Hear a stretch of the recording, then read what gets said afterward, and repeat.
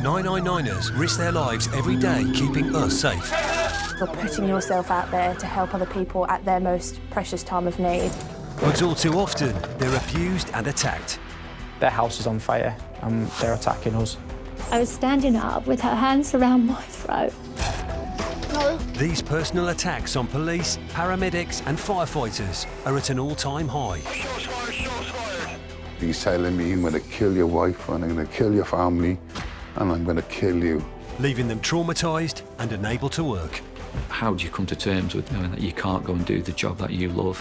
But while the violent criminals responsible are hunted down and brought to justice, our protectors fight to get well and back on the job. We kept people safe, we put away the bad guys. I'm not going to let some man ruin it for me. This is my future, this is what I enjoy doing. Ready to face the next critical incident.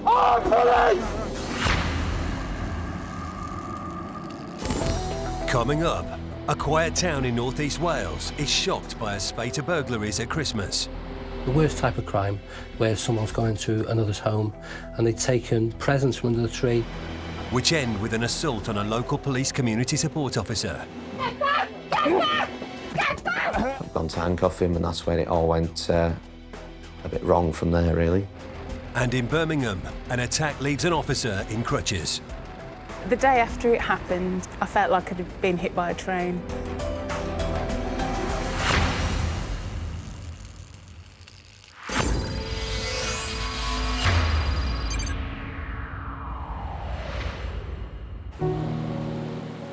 The scenic town of Llangollen in Denbighshire in North Wales is situated on the River Dee and based at the foot of the spectacular Berwyn and Clwydian mountain ranges.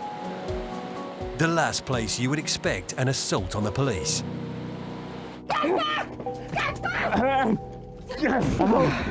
Let him go.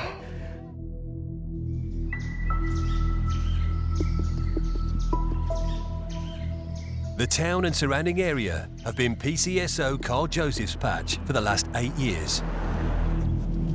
As a police community support officer in such a scenic area, one of Carl's most important tasks is to keep an eye out for criminal activity which might damage the local environment. Sorry, say again.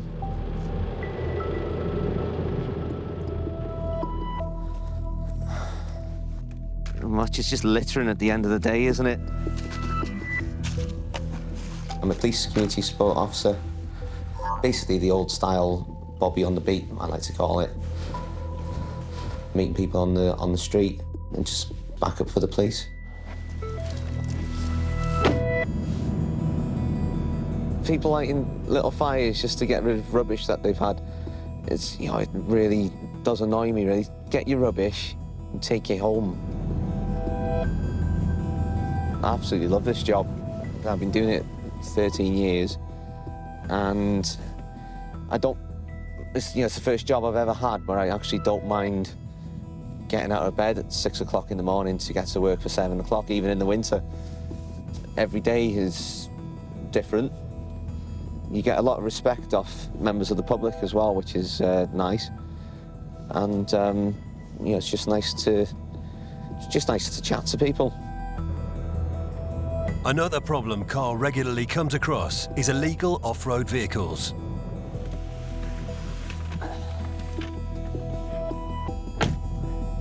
What a lot of bikes have been doing is going off track and then going over the grass bank where they've made their own little off-road course. As you can see, it's been used over the last few years by 4x4s, and we've got most of the cycle tracks here as well. It's left a big scar mark. This area is protected, it's triple SI site, and basically these people shouldn't be coming up here doing this. There is a perfectly good road for them to stay on, and that's where they should be staying.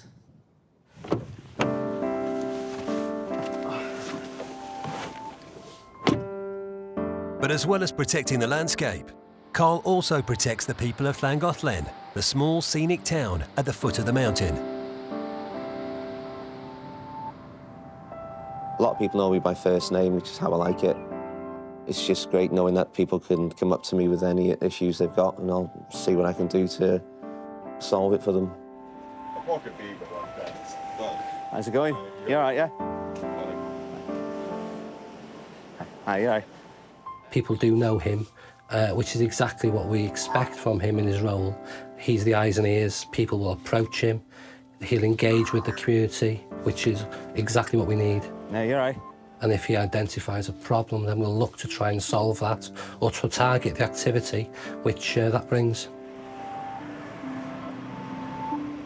He works hard, he's dedicated to the team, and he's always out looking for problems, looking to try and solve them.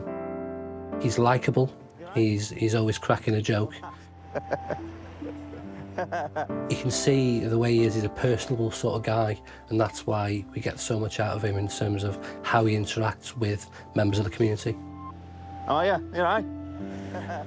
We're not police officers. We deal with the low-end scale of things. You can expect anything, really. Anything can happen, whether it's helping a little old lady across the road, whether it's dealing with shoplifters, going to RTCs, giving first aid to people. There's a variety of things that we get to do. The picturesque and friendly Welsh town is proud of its low levels of crime, which is why a violent incident in December 2018 was all the more shocking. A series of burglaries in villages surrounding Llangollen had everyone on high alert. A call had come in that the latest target was a nearby village, and Carl's colleague made her way there to investigate. I got into work, sat in front of the computer, about to log on. Sarah called me on the radio and said, "Can you come up to Corwin," which is a little village 10 miles outside of Llangollen.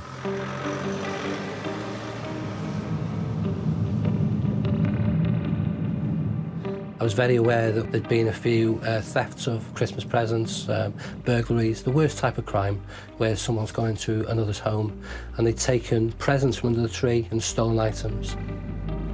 Carl makes his way to the village, where the latest burglary has taken place. I was conducting CCTV inquiry, and I kind of noticed the car that the offender had pulled up in. We'd seen the offender on the camera. Carl recognises the suspected thief's car as one he'd seen back in Llangollen. I contacted Sarah and said, "I'll go back to Llangollen and see whether or not I can see this car." This is the route I took that morning to come and find the car. I've basically come to the end of the road here. I've looked down there, I've seen the car just parked, about 20, 30 feet just down there. With the door open, and I just caught a glimpse of someone going inside. So then I've basically just ran across the road and hid by the hedge over the road. And that's when I seen Sarah going into the property, and that's when I've run back across the road and gone in to try and assist. When Carl enters the property, his colleague Sarah asks for his help with arresting the suspect, and Carl immediately turns on his body-worn camera. You're gonna get tasered! I walked into the property and there was just TVs and all other things all over the floor. You could barely move on the floor. What looked like stolen property from people's houses at Christmas time were in this guy's house. Where's it?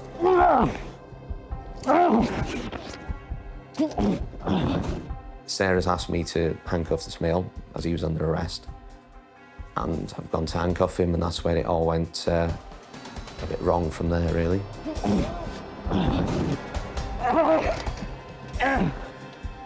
He wouldn't let me handcuff him. He put up a bit of a fight, and we just got into a full-blown fight there. I was trying to stop him leaving.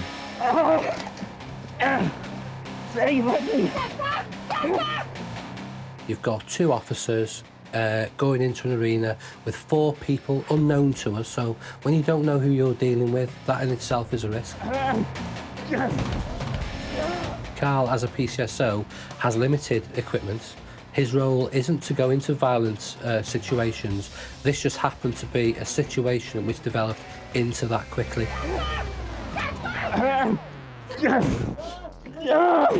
Sarah drew her baton, started hitting him. Basically, he was trying his best to get away. He was trying his best to hit me. Later, the offender makes a run for it and the violence escalates.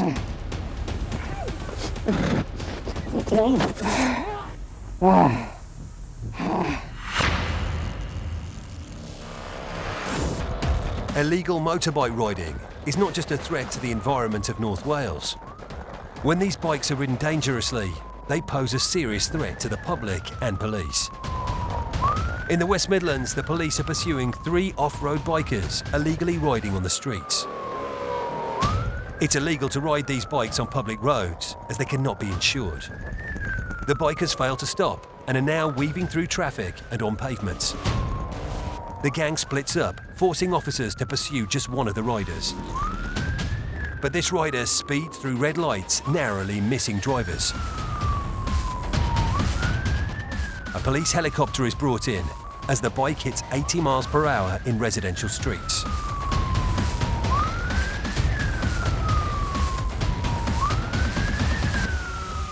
Officers decide to bring the pursuit to a safe halt. An officer deploys a stinger, a series of spikes which deflates the tyres. The tactic is successful and the pursuit is brought to an end.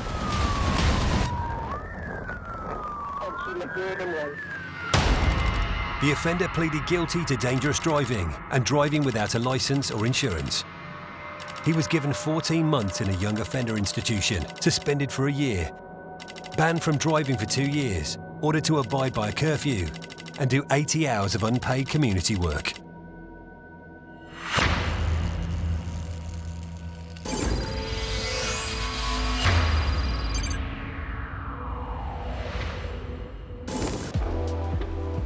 We first met West Midlands police officer Emma Ajay in 2018 when she was recovering from a nasty assault. I think it did affect my confidence a little bit.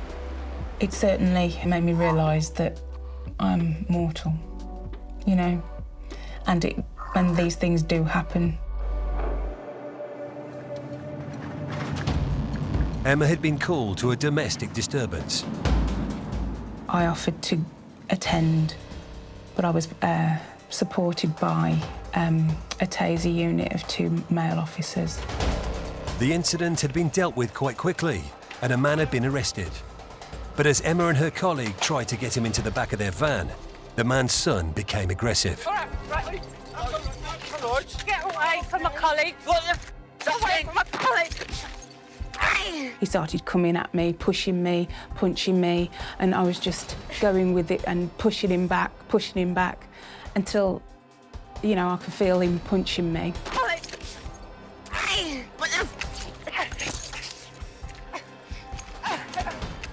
And I thought, I need to try and do something to stop him from coming at me some more, so I tried to take him to the floor. Somehow I ended up on the floor as well, and the next thing I know, he was on top of me. I couldn't fight him off, and I was frightened.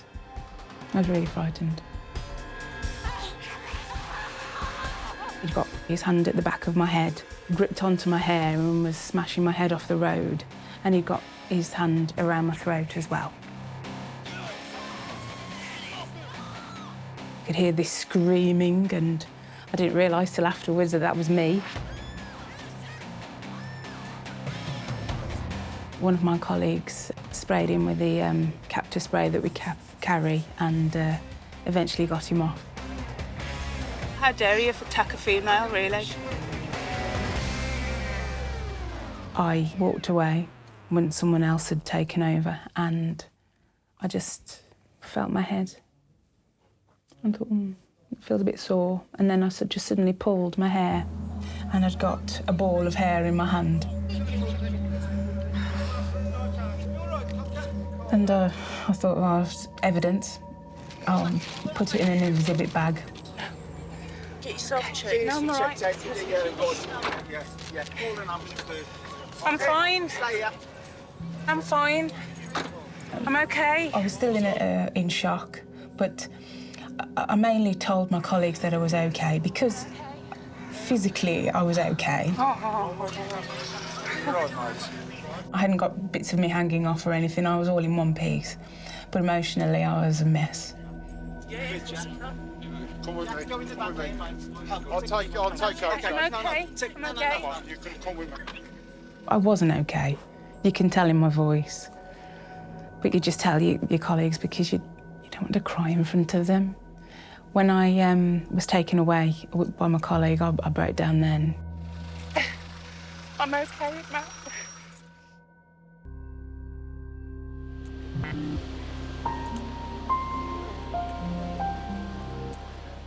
After a few weeks off, Emma returned to work, hoping to put the incident behind her. But sadly, she experienced several more attacks. I do ask myself why is it always me that gets battered? I was assaulted 4 times that year. I think it just demonstrates that it's a dangerous job that we do. The most recent incident happened when Emma and her colleague pulled over a vehicle they suspected of having no insurance. My colleague was escorting the man to the back of our vehicle, and then suddenly he started to struggle with her. And by which time, when I went round to join them, we had a struggle, and I ended up getting flung to the floor. I landed on the left side of my body. I've sustained injury to my left knee, and I cracked a bone in my left hand. The day after it happened, I felt like I'd been hit by a train. I was in pain with my leg and my wrist and hand. Felt pretty useless, really, because I couldn't walk very far without being in pain. Just felt useless, and people had to go and fetch things for me, and I like to do things for myself. Emma is receiving intensive physiotherapy and other treatments for the injuries to her wrist and knee. I can't straighten my left leg fully because I've got injury to my knee. It's currently being investigated. I've had a scan, MRI scan on Monday, and I'm receiving hydrotherapy and physiotherapy on my knee. And I haven't been back to work since. It hurts to put any weight on it. And I'm walking with a crutch. I have to admit, I did have a little cry at hydrotherapy yesterday. It's been going on for the past 9 weeks. I'm in constant pain. It's just getting me down at the minute. It's very exhausting, I think, being in pain all the time. So I think I just had a bit of a cry to myself.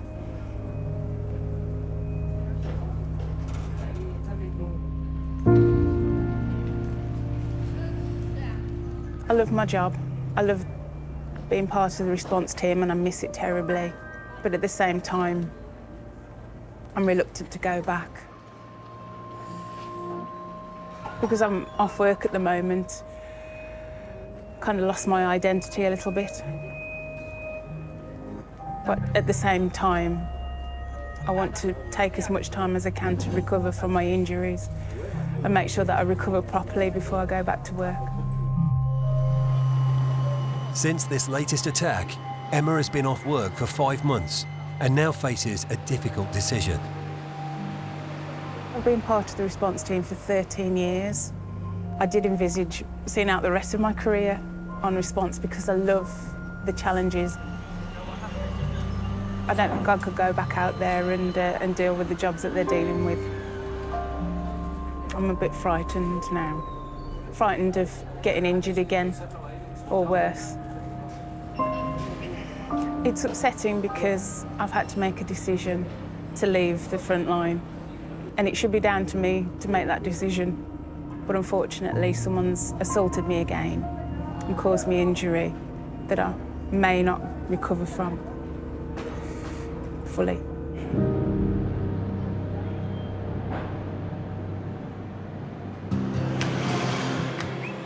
Although she left frontline policing, Emma is determined not to leave the job she loves altogether. And she's now embarking on an exciting new chapter in her career, a promotion that will mean less frontline work. I'm thinking about going for the promotion exam from constable to sergeant.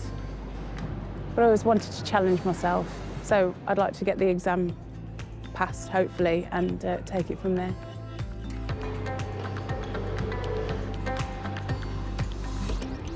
I see the future at work presenting me with new challenges.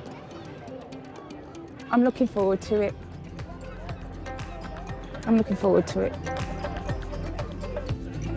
Emma passed her exams and is now progressing her career as a sergeant with the West Midlands Police.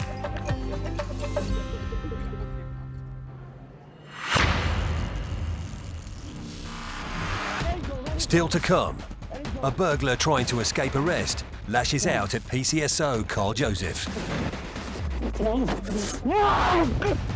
I was in agony. I couldn't see anything in front of me. And after a 30-year career in the police... When you join the police, you think you're indestructible, or a lot of people do, including myself. Colin Dixon is assaulted 3 times in 1 year. It's usually a day or so afterwards that you know, when the adrenaline's finished and the incident's finished, that you start to kind of work out what's happened. Dangerous drivers can be an enormous threat to police officers and public alike. In this footage, police dog Neon from the West Midlands Police and his handler are on the trail of a suspected dangerous driver in Coventry. They were called in after the driver allegedly rammed a police car. The driver is trying to escape and has run behind a row of terraced houses, but Neon quickly picks up his scent. Neon starts to bark and the suspect gives himself up. The 34-year-old was arrested on suspicion of dangerous driving, all thanks to brave police dog Neon.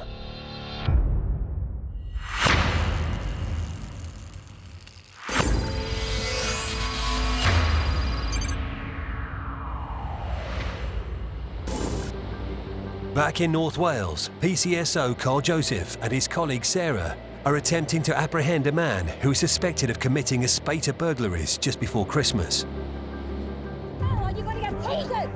But all is not going to plan, and the man is resisting arrest. You're going to get tasered!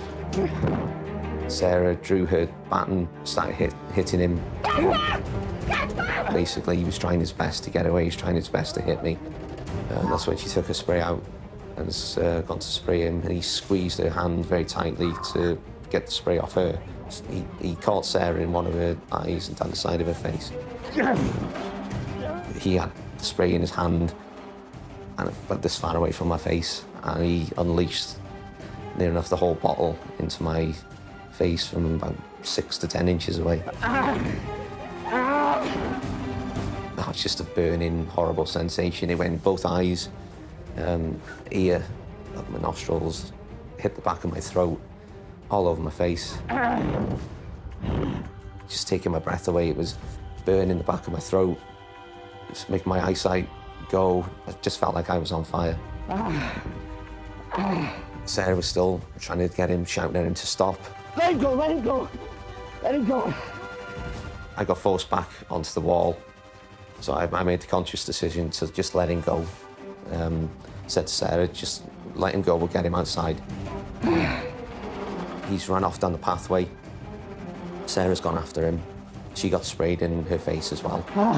With Carl incapacitated by CS spray, the offender makes a run for it, but he slips and falls on the ground. I've gone up to him then, he's stood back up, and I've gripped him and I've took him down to the floor.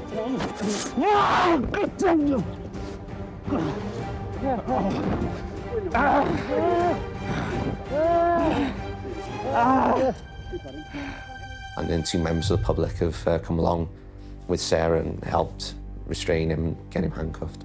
Go on. Hands behind your back! Now! Get your hands behind your back!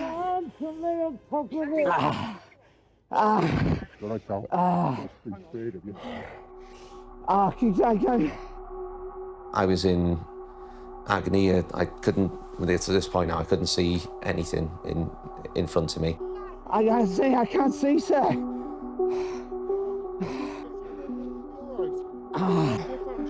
He sprayed me right in the face. Ah, my face. We were able to capture that guy quickly, get the property back, and that person has been detained, and the place is a safer place. You know, Llangollen is a safer town with the actions of these two officers. Get up. Stay there. Do not move. The offender pleaded guilty to 3 counts of burglary, 2 counts of assault with intent to resist arrest, and possession of a noxious liquid, captor spray. He was sentenced to 51 months in prison. Carl was commended for his actions on the day, but the incident left him shaken and traumatised. I had to go for an X-ray. Luckily, it came back as no damage. I came home to my partner, gave me a big hug. I did tell my eldest daughter what happened. She did ask if I was all right. I think she was a bit proud that I managed to lock someone up. My youngest sat on my knee all night, stroking my face. That night, lying in bed, it took me ages to go to sleep. Everything was just playing over my mind. It was still all fresh in my mind. You know, I could see things in there that could have been used as weapons. What if one of the other people decided to pick one of these things up and, you know, anything could have happened, but luckily it never. And, you know, so just try not to dwell on the what ifs, but it's always, you know, even now it's still there in the back of my mind.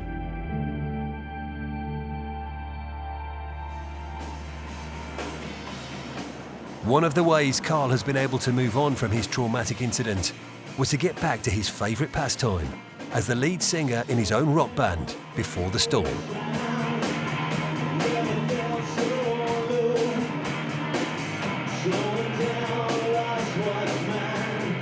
I'm in a band with a great bunch of lads, and we just like to go out and perform and make beautiful music for people.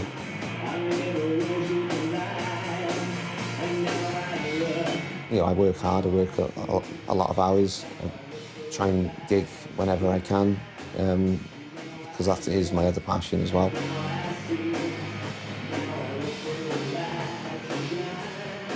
But just a few days after the incident, while performing at a gig, Carl was reminded of the trauma he'd been through.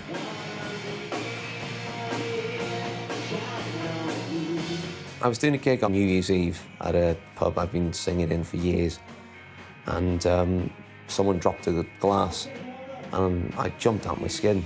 And I'm not that type of person, but it really panicked me, and I was like, what's going on?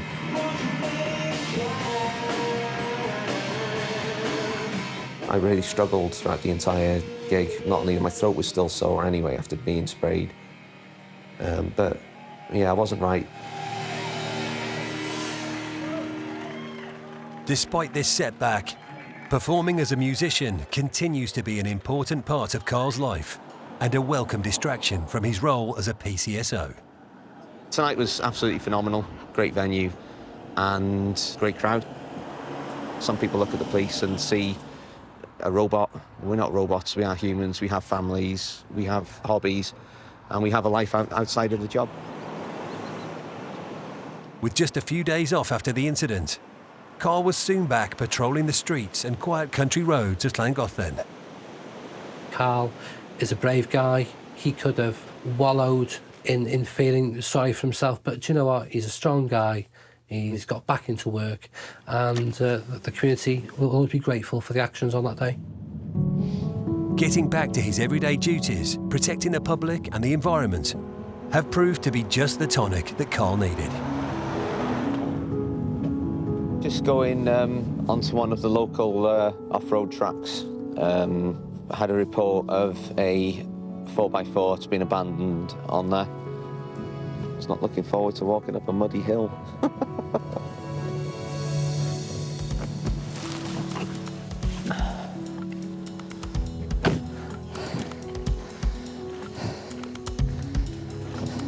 It's a Land Rover in silver.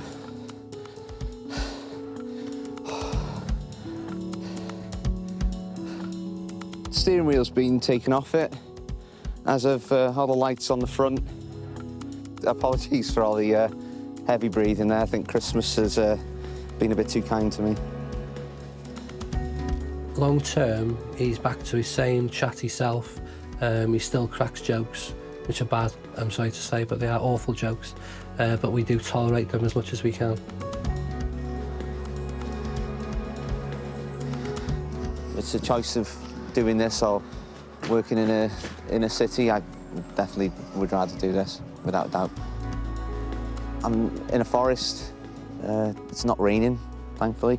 It's not too cold, and it's one of the reasons why I love working where I work and doing the job I do.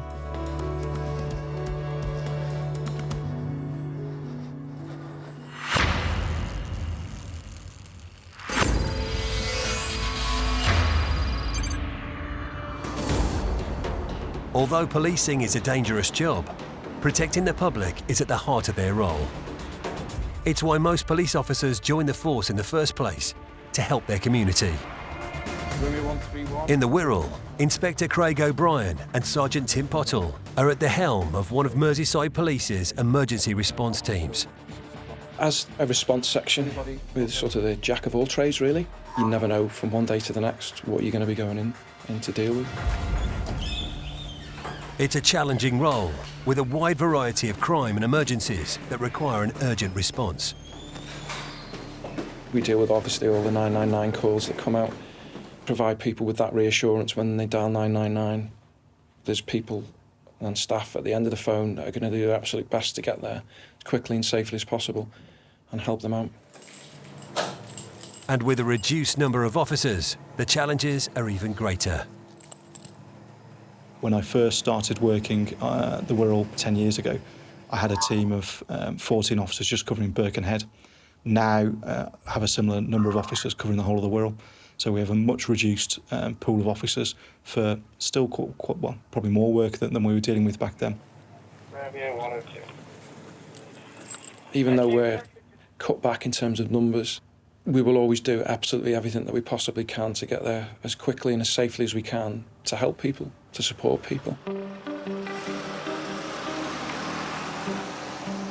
The supportive role of police in the community isn't confined to fighting crime. Tonight, Craig and Tim are responding to reports of a missing person. The incident came out over the air, and listening to it, I think the initial report was a lady ringing up saying that her elderly husband with severe dementia has walked off and gone missing. Safety 48 male has gone missing with dementia. As a supervisor, when we have people go missing, it's often down to us to coordinate the search. It's not too far away, actually. No, it's not. Just over the road, really. Thankfully, in this instance, Craig and Tim can avail of a new piece of technology which should give them a head start in finding the missing man. No, that's fine. I think we'll make the informant in the first instance. We'll pick her up, and then hopefully she can help us track down her missing partner, and we'll be a friendly face when we do find her. One of the lines that I pick up on immediately is that he has a tracking device as part of his, I think it was on his wrist in a watch, which a lot of dementia patients have now, and it is a godsend for the police and emergency services. Hi there. Hi there. Well, that's probably where we are, Yeah, I would imagine. Yeah. She's got an app on her phone which is linked to a watch that the gentleman's wearing, so hopefully it'll enable us to locate him very, very quickly. It's starting to get quite cold as well. I think what I'd like to do, if we can, if you could jump in the car with us. Yes, Echo, X-ray. It's shown us here on the left. I can then start finding out a little bit more about the missing person. What's he wearing? Is he dressed appropriately for the conditions? It's getting cold. Just keep an eye out for him, see if you spot him. Hopefully we may come across him fairly soon. If we can't find him quickly, it's likely he's going to be out for an extended period of time. When did he last eat? When did he last drink? Is he on medication? He's got something warm on. Yeah. There was nothing particularly distinctive about his clothing, and the area that we were going to, there would be a lot of people who matched that age profile and probably clothing profile that we were going to come across.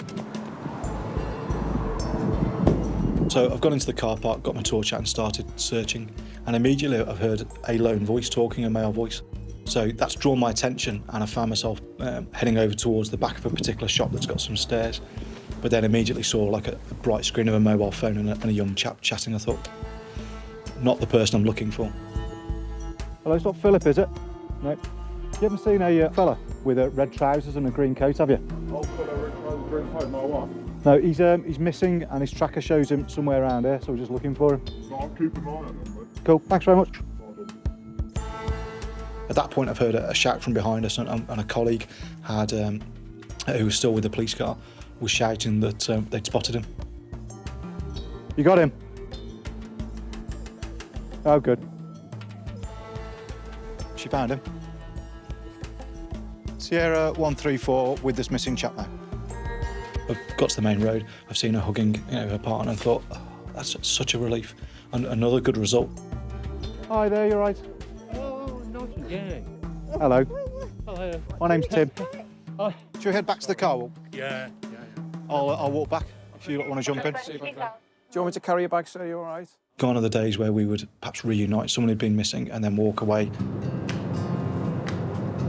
You know, it's cold. They've got some shopping, which is what they originally to come out to. You don't want to make a big deal of it. You don't want to make it distressing for them. You want to make them feel comfortable. You want to make them feel supported. So you've had a nice walk tonight, then? Nice. It's cold tonight, isn't it? Freezing. Yeah. That device you've got is yes, very worthwhile. This chap had a tracking device, which is really useful. And, we were able to respond, get there quickly. What I will say is don't be shy about calling us anything like this. And the fact that you've got the tracking app is brilliant. And I'd rather come out and resolve it really quickly like this. No problem at all. Take care. Good night. You take care now. Bye-bye. If we hadn't have found him quickly, it could have been a really different outcome. So I was pleased, I was relieved.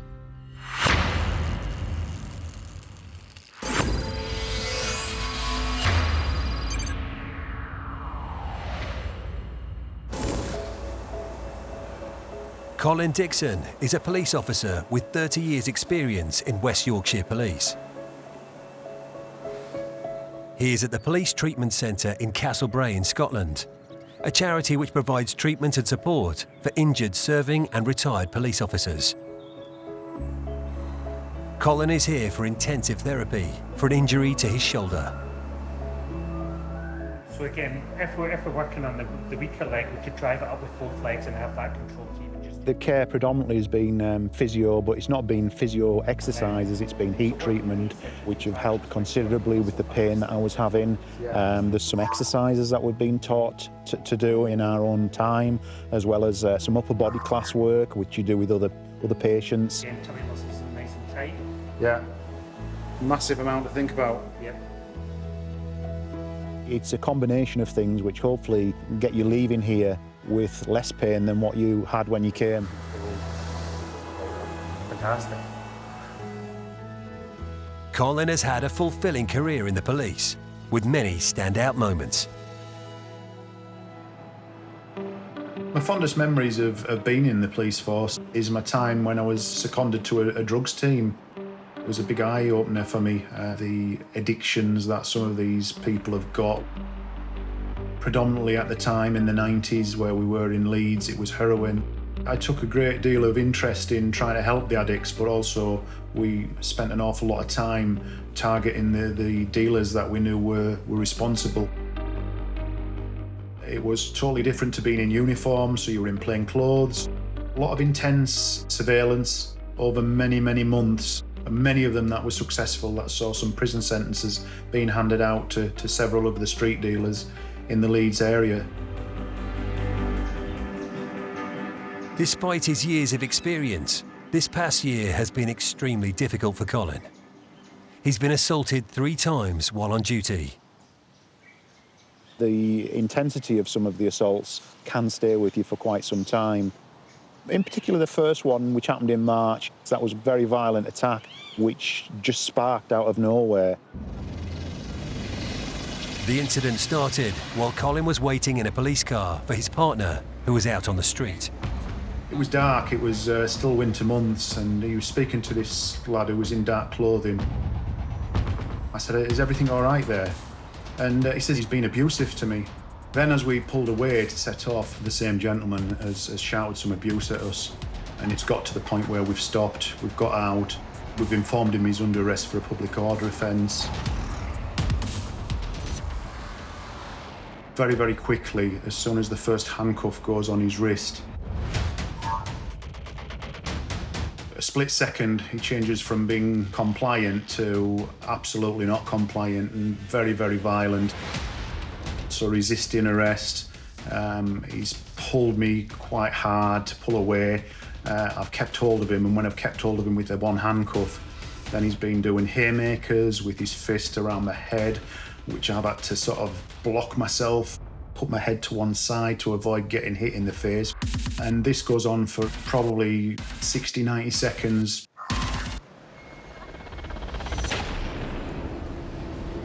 Before you know it really, he's on the ground after being sprayed with Parva spray. And it's a very quick incident, but there's a lot of adrenaline going on. Initially, I didn't know I was injured. You know, when the adrenaline's finished and the incident's finished, that you start to kind of work out what's happened. And my shoulder was causing me a lot of pain. The injuries that were caused through this arrest were damage to my left shoulder, and I was on strong painkillers. And eventually, I had to go and have my shoulder scanned at the hospital, where it showed that there was some degenerate damage. Colin's attacker pleaded guilty to 2 counts of assault. He received a 50-day community sentence and was ordered to pay an £85 victim surcharge.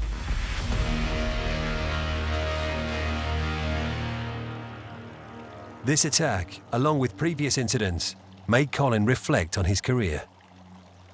My decision to retire was most definitely pushed on me through being assaulted a few times and a long-term injury with the shoulder.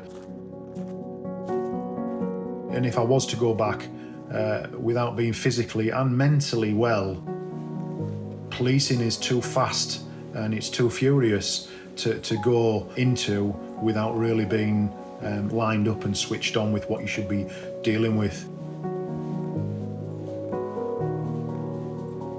My shoulder is better than it's ever been.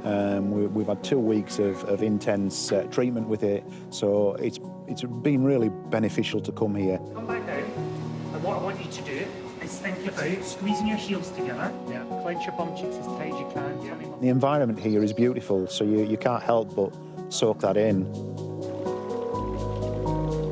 If you'd asked me at the beginning of 30 years if I would be finishing my service off in a Scottish convalescent home, I would say absolutely not. I'll be still catching prisoners and I'll be still doing high-octane policing. But you know what? I couldn't think of a better way to finish my service. I'm blessed because I can look back, hand on heart, and I don't have too much angst. And I can thank the police for 30 years of paid service. And I'm looking forward to doing some good with the service that I've had and the experience that I've got in a different field altogether. What that field is, I'm not sure. 999ers risk their lives every day keeping us safe. You're putting yourself out there to help other people at their most precious time of need. But all too often, they're abused and attacked. Their house is on fire and they're attacking us. I was standing up with her hands around my throat. No. These personal attacks on police, paramedics and firefighters are at an all-time high. He's telling me, I'm going to kill your wife and I'm going to kill your family and I'm going to kill you. Leaving them traumatised and unable to work. How do you come to terms with knowing that you can't go and do the job that you love? But while the violent criminals responsible are hunted down and brought to justice, our protectors fight to get well and back on the job. We kept people safe, we put away the bad guys. I'm not going to let some man ruin it for me. This is my future, this is what I enjoy doing. Ready to face the next critical incident. Oh, police!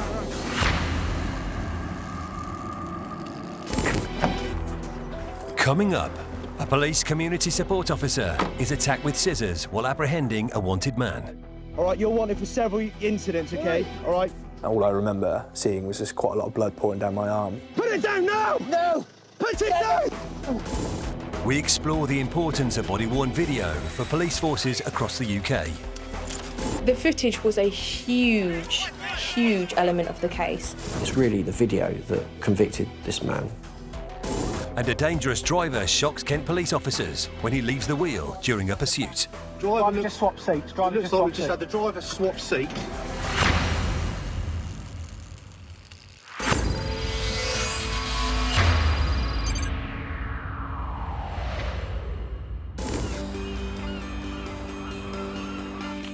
Police community support officers are a vital part of police forces across England and Wales. These often unsung heroes work tirelessly alongside police officers to keep the communities safe. Sam Bushin joined the Avon and Somerset Constabulary as a PCSO in 2014. The role of a PCSO differs from a police constable because they deal with the higher risk jobs and the jobs that, for example, require immediate safety to members of the public. And PCSOs will deal with low-level crime and problem-solve issues. And it's also to do with education. So we'll go into the schools and we'll educate children on crime. We'll also how to stay safe. But also I get to engage and speak with lots of members of the public from different backgrounds, ethnicities. And for me, it's almost like every day is a learning day because I also learn so much from the public and their different life experiences and who they are and how they've come to be. PC Daryl Screech and Sam work in the same neighbourhood team, so they know each other pretty well. I really like the camaraderie with officers and PCSOs in the team. It's a really good sort of family feel to the work we do. We deal with issues on different beats around town together quite often, and if a PCSO needs our help or vice versa, we need their help, then we'll communicate and deal with the problem together. This is where I then put him to the floor. Sam's a robust character. He's confident, he knows what he's doing. He's obviously willing to deal with all sorts of situations and throw himself into his work. PCSOs only have limited powers when dealing with the public, and therefore have to rely on their personal skills, quick thinking, and of course, backup from their PC colleagues. I think the challenge of being a PCSO is that there are times we want to arrest someone there and then. And obviously as a PCSO, I don't have that power. We have to try and use our other tools and our other powers to get rid of that person using what we can. It could be a dispersal power or anything like that. We will always solve the problem in another way, just maybe not there and then. And that can be a challenge sometimes to remember that. And Sam's skills were certainly put to the test one evening in August 2019, when he was out on vehicle patrol in part of his neighbourhood beat. Get on the floor now! Get on the floor! Get on the floor! At the time, I was just patrolling around the parks. It was a nice summer's evening, and I was literally just seeing what was going on and patrolling for what we call antisocial behaviour. A male who was well known to the police, and particularly Sam, had been wreaking havoc in a nearby area. I thought, actually, I'm not too far away from a location that this wanted male had been targeting. Let me go and patrol that area to see what I can find. This male was wanted for multiple offences, including burglary and theft offences, and I believe there was some warrant out for him for the court. So locally, he was our #1 wanted male. Because obviously he was targeting businesses on my neighbourhood beat area, I was really quite keen trying to find him. And as I was then driving along, I saw a male up on the left-hand side of the road. The male looked a little bit suspicious, and that's when kind of the sort of penny dropped, and I went, oh my God, it's him. And so effectively, this is exactly where the incident took place after I've driven down all the way to the bottom of the road and then come back up. I got out of the vehicle and called up to police dispatch, got the male, and I named the male over the radio. As soon as I heard that name, my ears pricked up, and I wanted to get there as well as quickly as I could. Obviously a PCSO, without any of the protective equipment that police officers have, and the fact he was single crewed, there was always that potential that Sam could get injured, given that the male was going to try and run. I then walked towards him, said, just stop there. And at which point, it's where originally he's tried to sort of swing a punch, which is where I've then got him to the floor. And so we're on the floor, round about here. As the male has already been aggressive, Sam activates his body-worn video camera. Can I have a unit, please? Sorry. Get on the floor. All right. I'm on the floor. Listen, I'm not moving. I'm Yeah, on the floor. no. All right, you're wanted for several incidents, okay? All right. Okay? Ow, ow, Okay. right, listen. As Sam doesn't have the power of arrest, he needs to think on his feet to keep this individual under control. Right. Right, fine. All right. We've dealt with each other many times, all right? Listen, I'm not going to give you shit. And I know I've you've got a fucking asthma. bad back. Okay. And I know you've got asthma, all right? Right. So let's keep you there, okay? Right, sorry. So I've got the male now on the floor and he asked for a fag. I want to keep him as calm as possible while waiting for backup. I don't want to start then slapping his hands away from his bag and stop allowing him from what he wants. So I almost seen it as a bit of a bargaining tool. Okay, that's fine, calm down, have a fag, and we'll just wait for police. So he lights the fag, and then he goes to put the lighter back in the bag. His hand is in there for some time, and at the time, I wasn't really concerned about what was about to happen. And I didn't really think anything was going to happen because it wasn't in this chap's character to do something of that nature. Look, just don't, all right? Don't. Listen. Get on the floor now! Get on the floor! Get on the floor! Get on the floor now! I wasn't sure what the item was. All I could tell was that it was metal, it was pointy, and at that point is where I've kicked his legs out and we've then gone to the floor, and we were kind of on the floor here next to the truck. Later, Sam struggles to stop the offender from harming him with the sharp instrument he's removed from his bag. Have it in your leg! If he was going to do this to me, what would he do to a member of public?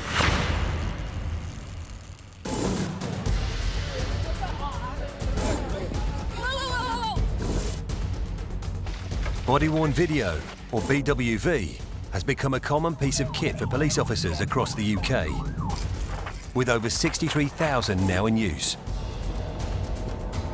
Further patrols to make, please. The first tests on this piece of equipment were carried out in 2006 by Devon and Cornwall Police in Plymouth.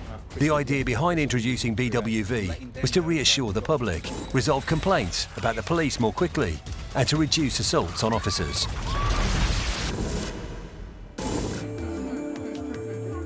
In 2014, Chief Constable Andy Marsh from Avon and Somerset Police was appointed the national lead for body-worn video. Body-worn video footage has transformed aspects of the criminal justice system. So what magistrates, juries and judges now see as a reality of what our officers have to face on the streets, and that can lead to earlier admissions, earlier guilty pleas, better sentencing and faster, quicker justice. These are all really significant benefits.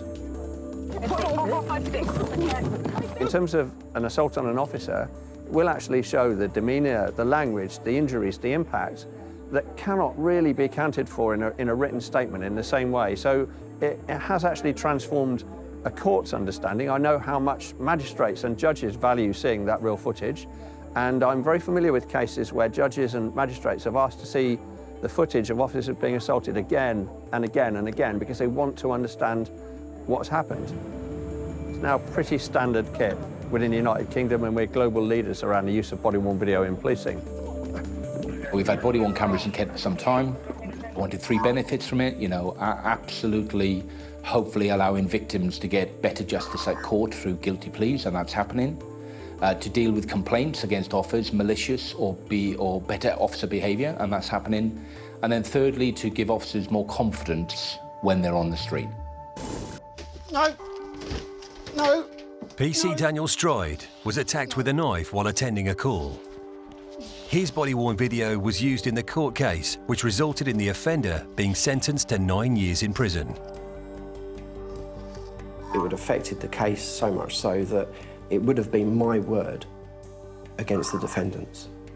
And it may not have got to the point in court on an evidential basis. So by having that camera, it really did make a world of difference because we had the evidence for court. And it's really the video that convicted this man and got him the prison sentence that he did. You're under arrest. Insufficient assault in place. Don't have to say anything. We may harm your defence. For Detective Constable Natalie Backhouse, body-worn footage was crucial evidence in her investigation into an incident where 8 officers from Essex Police were doused in petrol. The footage was a huge element of the case. There were over 100, clearly over 100 bits of footage, and they varied from a few minutes long to hours long. You have to evidence them in the case. On the footage, it's clear. You can see that person was fully intending to attack these officers. You cannot deny the act there. The footage shows it so clearly. He was sentenced to the maximum within the guidelines that the judge could deliver, and 3 years and 9 months, I believe it was, in prison. He'll spend that time thinking about what he's done, and for that I'm glad.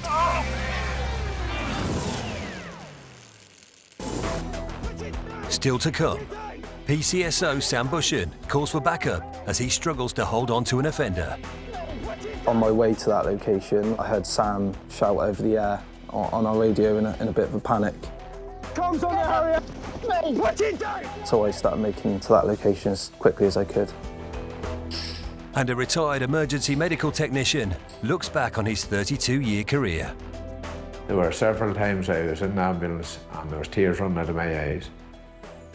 To think that human beings would do that to human beings. Foxtrot 7, we're now going to be... Reckless drivers put the lives of the public, the police and themselves in danger. In this clip, officers from Kent Police are in pursuit of a driver who is speeding through residential streets in an attempt to avoid being caught. Vehicle is taken first. The officers travelling directly behind the driver then witness him do something extremely dangerous. Route and road. We've got people moving around in the vehicles. Stand by. Driver's just got in the back. Driver just swapped seats. Driver just swapped seats. Just had the driver swap seats. The police are shocked as the driver leaves the wheel and climbs into the back seat while travelling at a speed of 40 miles per hour in a residential area. As the car veers onto the wrong side of the road, the passenger jumps into the driver's seat and pulls the car over.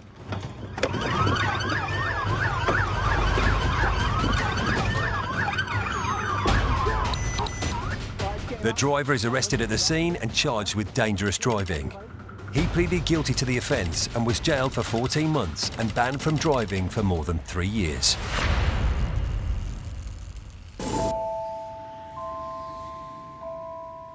Assaults on emergency service workers don't just leave physical scars.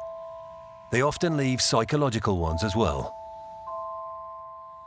I was a confident, robust sort of individual that left me. And I was fearful of being out in the public. We've all had bad dreams, but a night terror is, it's real. You think it's happening. And in that dream, the suspect was stood over my bed with the knife. And eventually, I stopped going to sleep. I had trouble in confined spaces. I was very reluctant to go inside lifts. And I think this was all to do with the fact that I perhaps saw the ambulance as a confined space that I couldn't get out of. I was walking my dog after being able to walk again, and then this bike was coming down the hill. I just saw the headlight and froze. It just set me off. The headlight, it just wouldn't get out of my head. And all I kept seeing for the next sort of 2 hours was headlight, headlight, headlight, flashback. My flashbacks used to be so immersive that I would be completely engulfed by it.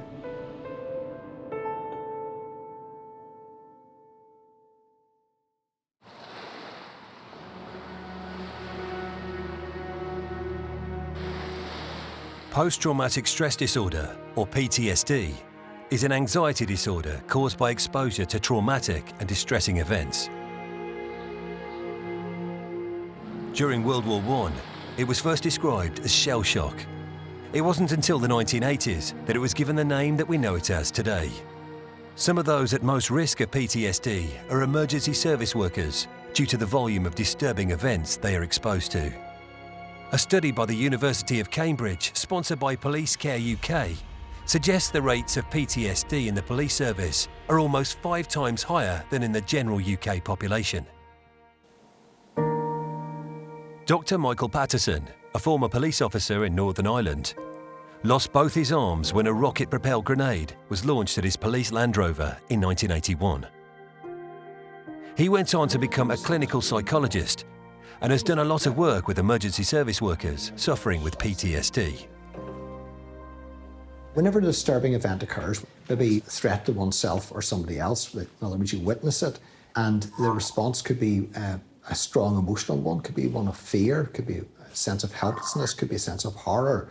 And once that occurs, it can challenge the brain's ability to process it. Now, sometimes we will process disturbing events naturally, and somebody who would be symptomatic for post-traumatic stress, let's say 4 weeks after an incident, there's a 50% probability they'll be non-symptomatic 6 months later. Research tells us this. So natural healing does occur. For someone exposed to trauma, their brain may not file this event in the normal way because it's too distressing. So it's stored differently and is easily accessed. You can think of them as being stored in what's called a memory network. Channels of information that are associated with each other that form this memory. So one channel could have the sensory aspects of the experience, the sights, the sounds, the smells and the tastes. Another are the thoughts we had at the time of the event, another are the emotions, then the physical sensations, and then a negative belief about ourselves is created by that, and that becomes locked in. From time to time, things will activate that memory network as it's stored. There could be reminders in the here and now, so it could be something comes on TV, or it could be the sound of a police siren going or an ambulance going past, activates the memory network. What's stored there feeds up into the present and causes that disturbance. And as we go through life, we'll draw on what we believe about ourselves to make sense of the situation we're in. So it's going to colour our perception, affect our attitude, and then affect our behaviour. Is PTSD within the police? Yeah, it's there. Yeah, it's always been there. It's never been recognised before. There's been historically reluctance for it, probably also a bit of ignorance, but we'd never had the support that we got now to be able to deal with it. We dealt with it in a very, very different way, even 5 years ago. So it's good that it's actually now being recognised. It's important that it's being recognised, because if we don't recognise or acknowledge it, how are we going to deal with it? The rise in attacks on emergency service workers led to new legislation being passed. The Assaults on Emergency Workers Offences Act 2018. This proves that protecting the well-being of emergency staff has never been more important. Police, fire and ambulance services all have some form of support system in place in the event any of their staff are assaulted. It's just about sort of making sure that if those officers are feeling down, they are feeling lonely, they're feeling not at their best because of what's happened, that we can help because we understand it. We learn from what's happened before, and we try and make sure that what has been an outcome doesn't become an outcome for them. But there is far, far greater support there now. One of the services in place for any police staff who encounter a traumatic event during this work is TRIM, Trauma Risk Management. This is an evidence-based, voluntary, peer-led support system to help identify any issues at an early stage. They go through a set of questions, but in a manner where you don't realise. So they're kind of scoring you on a level to work out what help you need, essentially.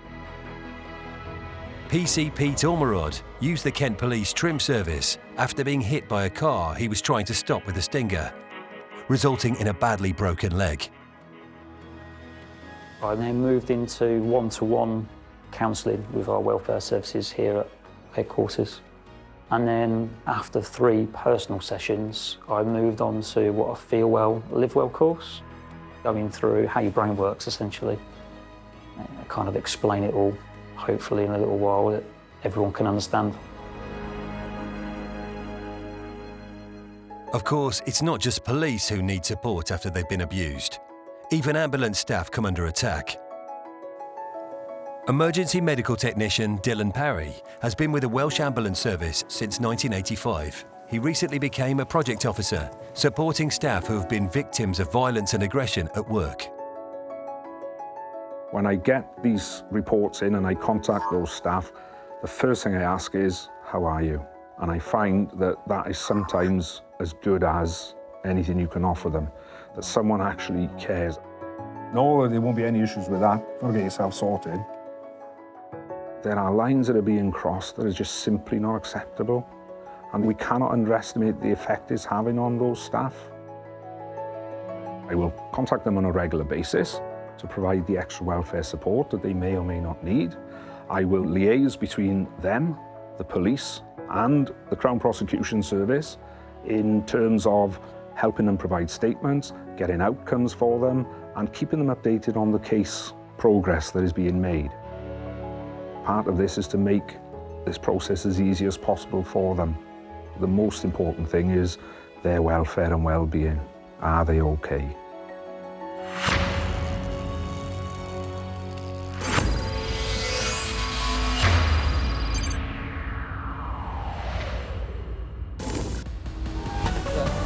In Somerset, PCSO Sam Bushin is embroiled in a terrifying struggle with a man trying to attack him with a sharp object. Get on the floor now! I wasn't sure what the item was. All I could tell was that it was metal, it was pointy. The individual is attacking Sam with a pair of nail scissors. Put it down! Get off Put it down! Get off me! Put it down! Get off me! Put it down now! Put it down! Put it down! I've called for assistance on the radio. Comms on the area! Put it down! On my way to that location, I heard Sam shout over the air on our radio in a bit of a panic, just asking for more units. And so I started making to that location as quickly as I could. Put it down! Attacking me! Put it over me! I'm never sure when the scissors actually made contact with my arm. All I remember seeing was just quite a lot of blood pouring down my arm. I was a little bit scared. Get off of me! This is me! Look at me! Get off of me! Look at me! Get off of me! Get off! If he was planning to do this to me, what would he potentially do to a member of public if they were to catch him committing offences at their location? I've got to keep hold of him because he is causing so much devastation across the community. The male has been biting and scratching at Sam's hands to try and release himself, but then starts making threats to cause Sam further harm. Get off! Stab it in your leg! Look, it's me! How many times? How many times have I dealt with you and been nice? How many times have I dealt with you and been nice? Yeah, no, you just whacked me right hook. After 4 exhausting minutes of restraining the offender on the ground, Sam sees a welcome sight. PC Screech, my hero, he came from that direction. The offender then throws the weapon. He's got a bladed article in his hand. Oh, it's on the floor. You're right, mate. Yeah. And I remember at that point just feeling a massive amount of relief is that actually, one, I was going to catch this male, and two, no one was going to come to further harm. Please go and tell the police I've been arrested. You're right, Dad. I'm sorry. I saw Sam had a lot of blood on his arms, so immediately I knew how serious the incident was. I'm sorry. I'm sorry. I've dealt with this individual many times, and most of those times have been through my PCSO work, engaging with him, offering him, actually, if he's just come back out of prison, is there something we can do to help you, to stop you going back into that path of offending? This individual's told me that he has a trade. He used to, a couple of years beforehand, he was working and was in a normal situation. So I'd offered to try and help him find work to see if we could get him back into that line of work to stop him from reoffending. And that's kind of part of the role, again, as a PCSO, is engaging with these individuals to try and stop patterns of offending. So it made me really angry. I thought, how dare you, given you so much leeway and so much respect as a human being, you continue to completely disregard that and want to continue to assault me. You're right, Dad. I feel that sometimes members of the public see a PCSO and don't give them the respect they deserve. Arrested. I'm sorry. Right? You're under arrest. Yeah. For assault, police. I know. Right? Sorry. You don't have to say anything. May home offensive. You do not. As soon as he saw I had arrived, he knew he was going to get arrested and changed his tune whilst it was just Sam. He was trying to get away. Sorry, all right. You okay, bud? He's sorry. I'm sorry. What's he used on you? Her scissors on the floor. I'm sorry. While the offender was taken into custody, Sam was taken to hospital. Luckily, he didn't need stitches for the puncture wound and was advised to get jabs to prevent any potential infection. Following the incident, I'm going to be completely honest, the the hindsight and the what if played a massive part on my mental health. It was something that I constantly was concerned about, was should I have done this, should I have done that, this could have happened, this could have happened. And then I remember there were several moments where, I was in the shower one day and, I sort of came close to tears in the shower, generally because of the thought of my family and children. And don't get me wrong, I know that obviously now the injury was minor, but for me it was the what if, because obviously this male was continuing to want to cause damage to me. It was the concern of actually that could have been far worse. And unfortunately for me, that played on my mind quite a few days and weeks afterwards. But actually looking back over the weeks as the weeks went on, I was impressed at how I dealt with it, because actually I'd minimised any further incident from taking place. I'd minimised any injury to also the offender, and also the offender was caught. The male pleaded guilty to 3 counts of burglary, actual bodily harm, possession of a sharply pointed article, 8 counts of theft-related offences, breach of an existing court order and other offences. He was sentenced to 5 years in prison. It's quite difficult to get someone put in prison for that long, and I felt it was a good sentence achieved by all the team here in Taunton. Sam returned to work the day after the incident and is feeling much more positive. Being at work was the best place, because I was with people that were understanding but also supporting, and also still having that banter there to take the mickey at me a little bit was just what I needed. All those emotional moments have gone. I'm feeling fine now, actually, after all of the processes that I've had. A little bit of counselling, back into the gym, and support from colleagues. However, Sam's incident has highlighted how vulnerable PCSOs can be when patrolling their neighbourhoods. We do not have any forms of PPE, personal protective equipment, other than our body armour. Ultimately, I would feel more comfortable if I was given more equipment. Obviously, I understand that giving more equipment then requires more training. So with that level of training, then potentially there's just minimises any future or potential risks that would happen to either me or my other PCSO colleagues. It's made me think more about our PCSO colleagues and the risk that sometimes they put themselves in, and I don't think they get enough credit for that. They haven't got any of the equipment and not all of the training that police officers have, but often they are first on the scene and they have to put themselves in danger to protect the public and try and catch people. So it's since the incident, I just really take my hat off to them and thank them for all their hard work. But Sam's bravery hasn't been overlooked. He was awarded a commendation by Avon and Somerset Chief Constable Andy Marsh. I decided to give Sam Bushton a commendation because I felt that his bravery went way beyond what I would expect of any police officer, let alone a PCSO. And let's remember, a PCSO is fundamentally focused on engagement and prevention. I don't pay those individuals to fight in the streets with criminals, let alone be attacked. And Sam had courage to tackle the incident. He had courage to hold on to the individual. And I think he comes across as a very caring, compassionate and vocational professional who we're very lucky to have. Sam hopes this incident will make the public more aware of the importance of the role he and his colleagues play in the community. Some people treat PCSOs with some disrespect and they see us as what's known as plastic police. But what they weren't aware of is that we do a very different job. It's just that at times those jobs can cross lines. And in this situation, I was willing to do whatever it needed to protect the public. And so for that aspect also, I wanted members of the public just to have that little bit more awareness and respect potentially for PCSOs, because both myself and my colleague, all of my PCSO colleagues, would have done the same, and to protect the public.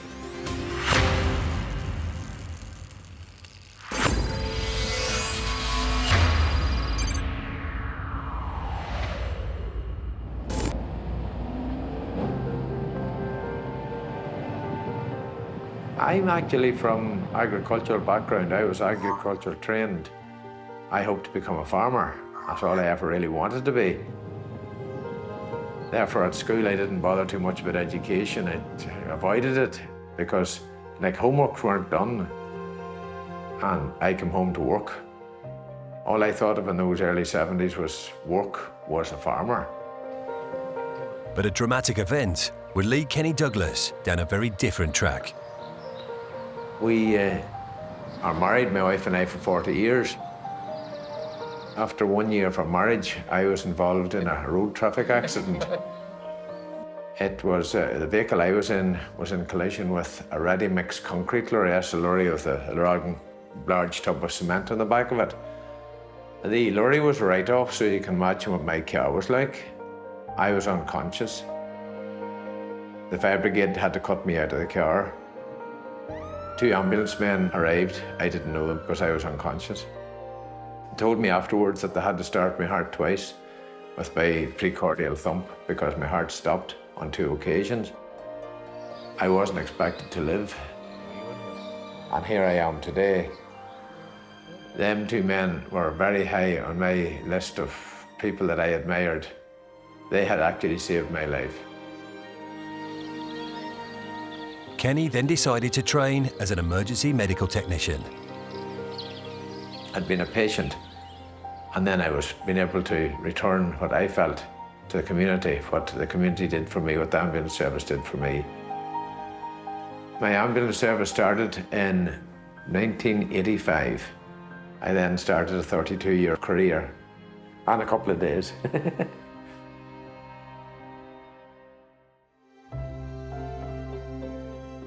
It was great. It was every single day was different from every day beforehand, and you knew that the next day was going to be different again. I got paid to do what I wanted to do, and I loved every minute of it.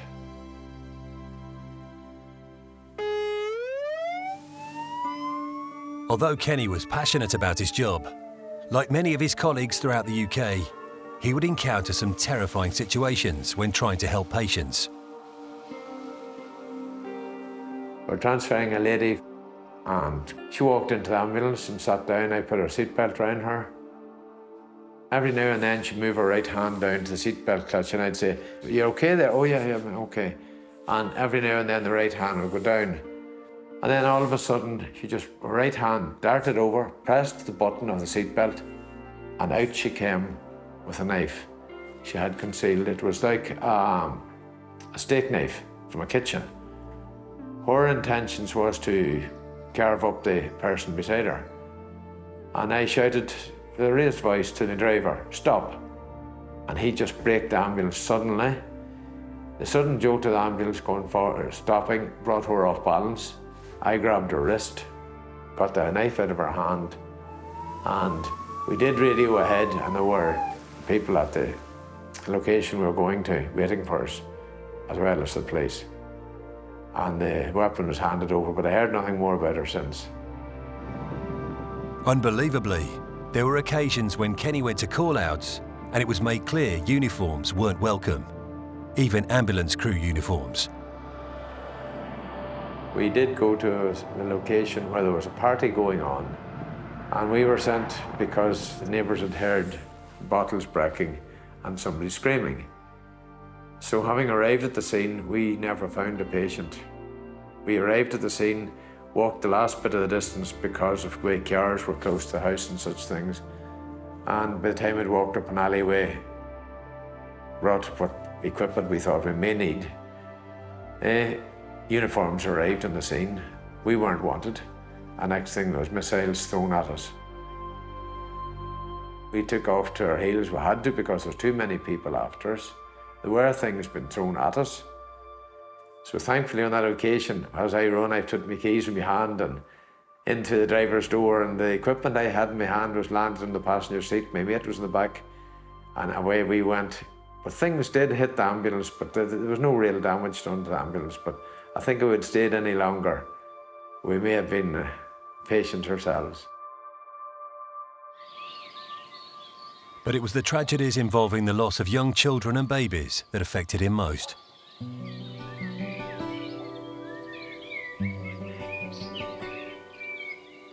One thing I found very difficult was SIDS, sudden infant death syndrome. You go out to a house, I go to a location, and somebody is doing resuscitation, CPR on a baby. And next thing you're handed this wee child in your arms, and you know literally from a very short time after you've started. That's whether you're going to be successful or not. And it's very, very difficult to come running away from a scene with the mother and father or guardian with that child, knowing that they're not going to have their child back in their hands again, jumping up and being lively again. That I found very difficult. But one of the biggest impacts was that Kenny's career coincided with a religious and political conflict known as the Troubles. I went to a scene of an incident when I wasn't trained. I was only in a short while in the bases. It was a bombing, a culvert bomb where somebody put a bomb into a culvert, a pipe onto the road. And when the vehicle, which they were considering to be their target, came along, they ignited it, whether they pressed a button or pressed a lever or flew a switch or what, I don't know what way they do it, but they watched that car blown into pieces, the two people that were in it. One of them subsequently passed away, he lost his life. The other one, he is in a wheelchair for the rest of his life. I come home many, many occasions. I must admit, there were several times I was in an ambulance and there was tears running out of my eyes. To think that human beings would do that to human beings.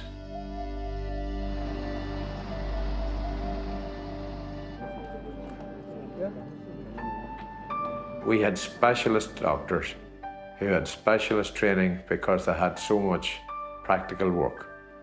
There were so many patients coming in with so many traumatic injuries through terrorism that they had such practical experience. We had the top in the world in our country.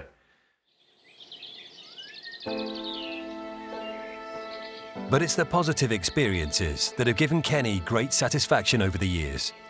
And one incident in particular has left a lasting impression.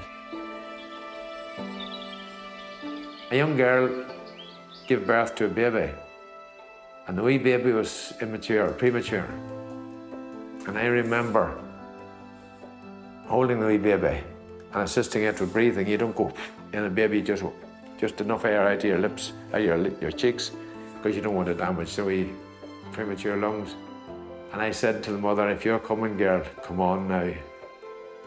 And we run with that girl, pressing her wee heart, and everything was going grand.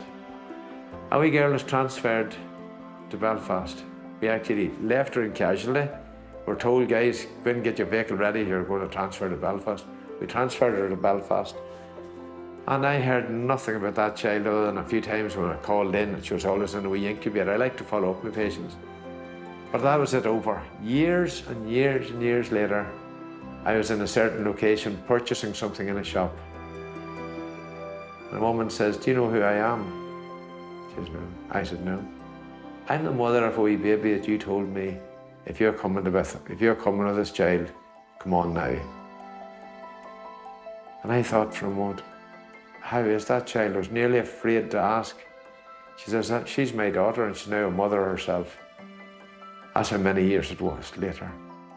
And she was now a granny. It is amazing, and there's some fantastic stories.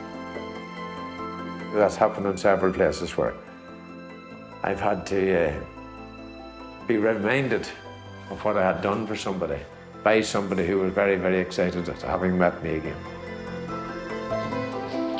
Kenny retired from his beloved ambulance service in 2017.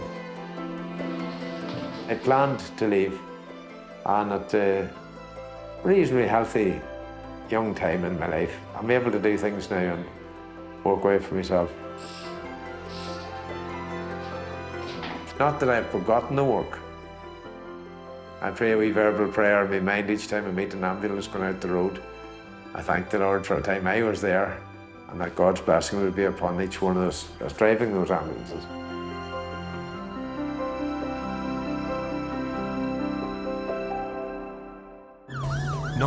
ers risk their lives every day keeping us safe. You're putting yourself out there to help other people at their most precious time of need. But all too often, they're abused and attacked. Their house is on fire and they're attacking us. I was standing up with her hands around my throat. No. These personal attacks on police, paramedics and firefighters are at an all-time high. He's telling me, I'm going to kill your wife and I'm going to kill your family and I'm going to kill you. Leaving them traumatised and unable to work. How do you come to terms with knowing that you can't go and do the job that you love? But while the violent criminals responsible are hunted down and brought to justice, our protectors fight to get well and back on the job. We kept people safe, we put away the bad guys. I'm not going to let some man ruin it for me. This is my future, this is what I enjoy doing. Ready to face the next critical incident.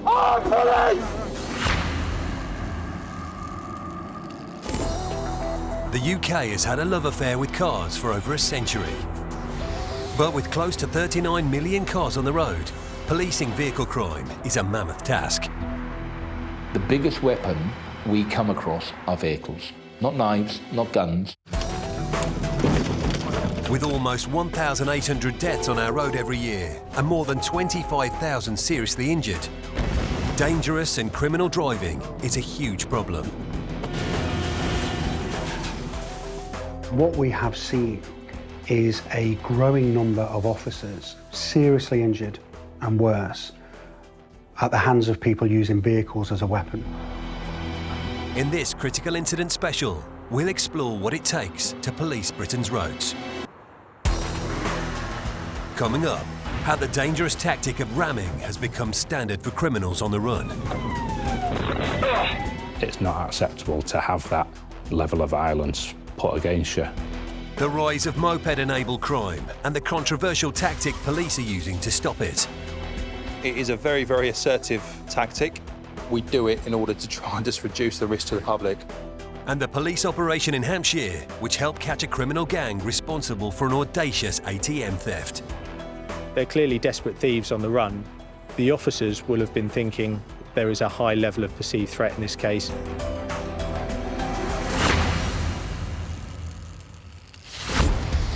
All across the UK, there are police teams dedicated to high-speed pursuits of criminals. Foxtrot 7, we're going to take the lead on this. Last year, UK police carried out over 13,000 high-speed pursuits. When you're in that pursuit, your decision-making changes in a split second. It's an extremely fast-moving environment. We are constantly trying to give road names, speed, direction of travel, what he's doing, what we believe he's doing, where he's going. We need to get other units into place further up the road to try and bring it to a safe conclusion. We are left, left, left. We do it in order to try and just reduce the risk to the public and try and apprehend these people and put them before the courts. But while police officers are engaged in pursuits, a worrying trend is emerging. We've just been rammed, 4-6. Criminals often use the car itself as a weapon to help them to avoid arrest. We see police vehicles being rammed. The reality is you ram a vehicle and you're taking a real risk with causing significant injury or more.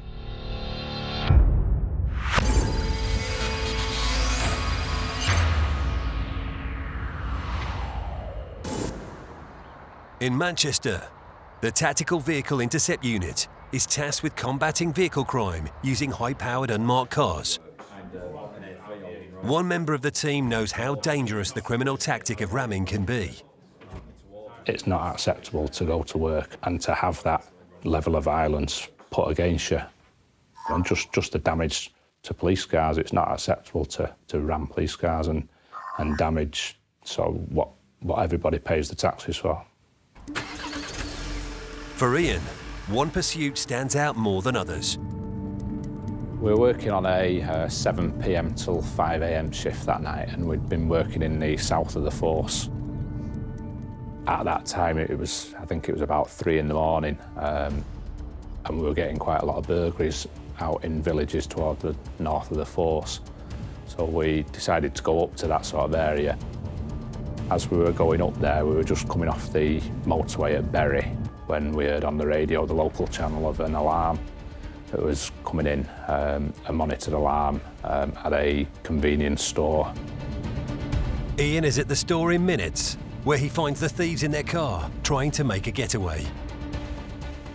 I see what turns out to be their getaway car then driving away. Ian's dashcam picks up the terrifying chase that follows.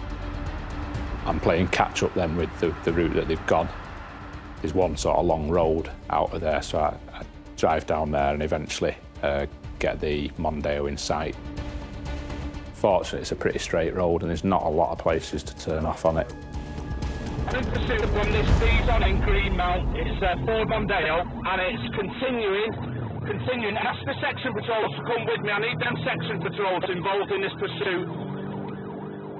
Very quickly after that, the Mondeo stops in the middle of the road, just down here. They stop in a minute. You can just about see that the rear passenger has got out.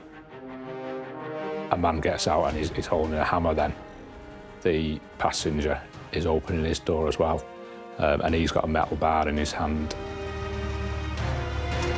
When both back doors open, I know there's at least 4 of them, and the weapons, at the time, it's very frightening. Faced with armed criminals, Ian forces his car past theirs. I then go past their car and start to turn round in order to face them again, and they use their car to try and block me in where I am.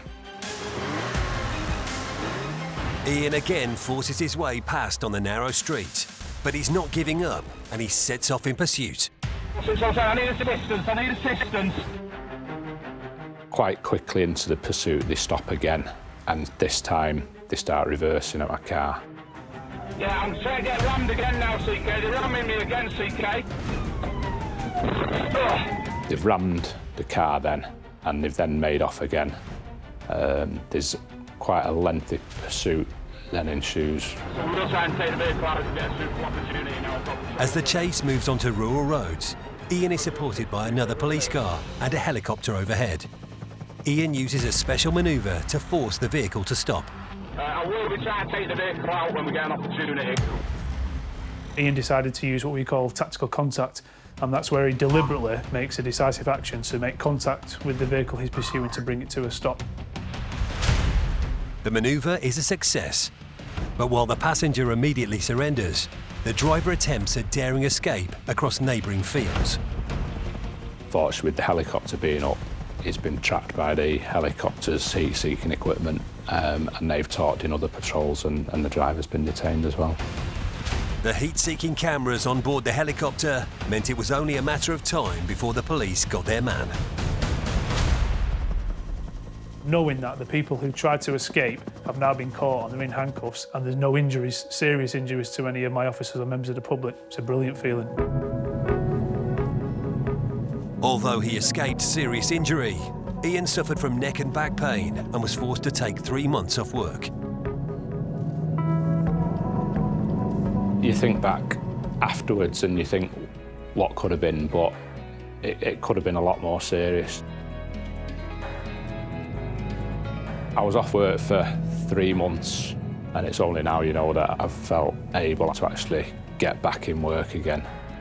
So hopefully, I'll be okay going forwards. Sadly, criminal ramming of police cars and officers isn't a rare occurrence. During pursuits, we see police vehicles being rammed when these offenders are trying to get away. And again, it seems to be a growing popularity with certain elements of society. And I don't know why that is. I mean, maybe they watch too many video games and think that it's the norm, but there are some people out there in society who will do whatever it takes to get away from the police, whatever. In this clip, again, Greater Manchester Police have come across a van with false number plates, and they set off in pursuit. Not known to me. I have your female passenger, mate. Possible female passenger. The van driver speeds through residential streets before suddenly stopping and reversing into the police car.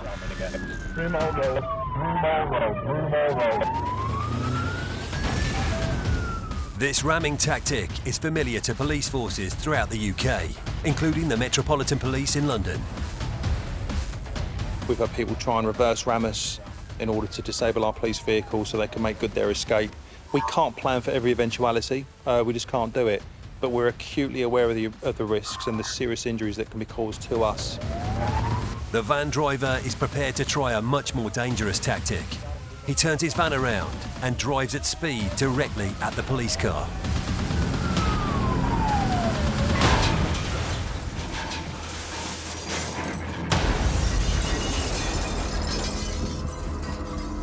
The van driver escaped, but he was captured and arrested several weeks later after another high-speed pursuit. He pleaded guilty to 2 counts of criminal damage, being reckless as to whether life would be endangered, 2 counts of dangerous driving, 2 counts of aggravated vehicle taking, and other offences. He was sentenced to 64 months in prison with an extension period of 50 months.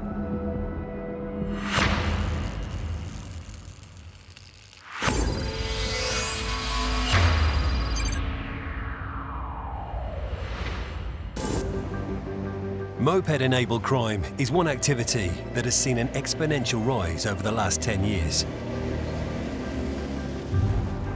In response, the Metropolitan Police set up a specialist unit to tackle the problem, led by Sergeant Tony McGovern.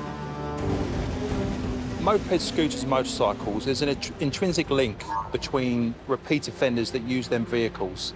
They see it as a very agile, quick tool in order to commit their crime and get away. Criminals who go out and steal, snatch and rob mobile phones on the streets of London, it feeds into a much wider picture. It's an organised criminal gang who are out there trying to steal up to 50, 60, 70 phones a day, but it's not just what they're trying to do, it's what they go on to do. So we talk about the high-speed pursuits, we talk about the riding on pavements, riding through red lights, putting other people in immediate risk as a result, a direct result of what they're doing. From 2013 to 2017, moped-enabled crime in London increased by over 22,200 incidents. To tackle this problem, the Metropolitan Police came up with a radical plan, codenamed Operation Venice. Operation Venice is the Metropolitan Police's response to criminality by suspects who use scooters, mopeds and motorcycles to commit serious crimes on the streets of London. That can be drug dealing, drug trafficking, smash and grabs, gang violence, using weapons, knives, also riding dangerously, so riding on pavements in their bids to get away. We've created a hostile environment for those who choose to commit moped-enabled crimes on our streets. We've recruited specialist, highly trained officers prepared to use all of the available tactics, including the quite assertive tactic of tactical contact. We have to do something, because doing nothing is not an option. And that something is tactical contact, which is the deliberate use of a police vehicle to make contact with another with a view to terminating its progress. It is a very, very assertive tactic. When doing it, we're weighing up a whole range of options to include what are they going to do? Because if we hadn't made that split-second decision to use tactical contact at that point in time, before we went off down that road towards that red traffic light, what would have happened further on down the line if that police officer hadn't have used tactical contact? We've picked up a moped with 2 people on it. The moped involved has got no number plate, which indicates to us that it is a stolen moped. In North London, undercover officers are pursuing a suspected moped criminal wanted for theft. I wish we lived in a society where there wasn't a need for police pursuits. I wish police officers were never placed in a position where they were forced to knock somebody off a moped because it was the least worst option available to them at that moment in time.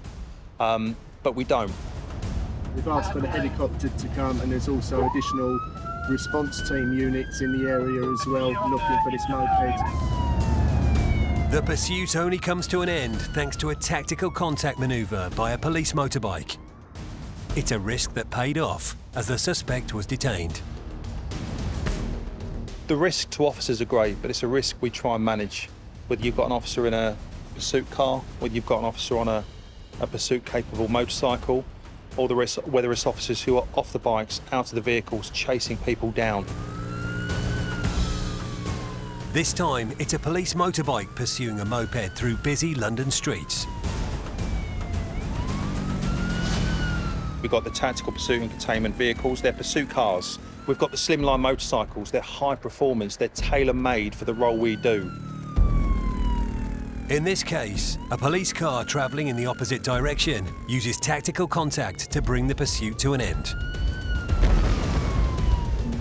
The moped driver made off on foot, but was later apprehended. It is a very, very assertive tactic. We do it in order to try and just reduce the risk to the public and try and apprehend these people and put them before the courts. One asset that is indispensable for Tony's team is the support of the National Police Air Service. We sometimes use the helicopter, absolutely invaluable tool. It allows us to draw back from the pursuit. It allows us to create distance, create time, and then formulate a plan once the helicopter's above them. It takes away the red mist and it takes away the sense of urgency for the people that we're pursuing to try and get away.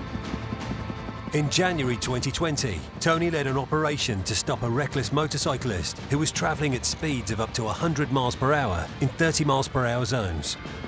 The National Police Air Service helicopter had spotted the fast-moving motorcycle, acting suspiciously. He was mounting pavements, he was going the wrong way around roundabouts, he was putting himself and other people at risk without even police vehicles anywhere near him or behind him. The helicopter had him from the air, they had him downlinked, and we were coordinating a plan, then a tactical plan, so that we could bring that to a safe conclusion, because every time he'd seen the police vehicle, he'd turn the other way and he was gone. Tony decided the safest way to end the pursuit was to use a device known as a stinger to deflate the tyres of the offending vehicle. We were looking at trigger points and pinch points in order that we could try and sting this bike, try and deflate his tyres. And I heard the bike before I could see him. He was coming towards me, 3 lanes of traffic on a fast dual carriageway, and I could hear him, and as he approached me, I think he was aware of me because he was deciding which side he was going to go. When he made his decision, I was able to throw a stinger device out. After a pursuit lasting 45 minutes, the stinger is successful and brings the criminal to a sudden stop.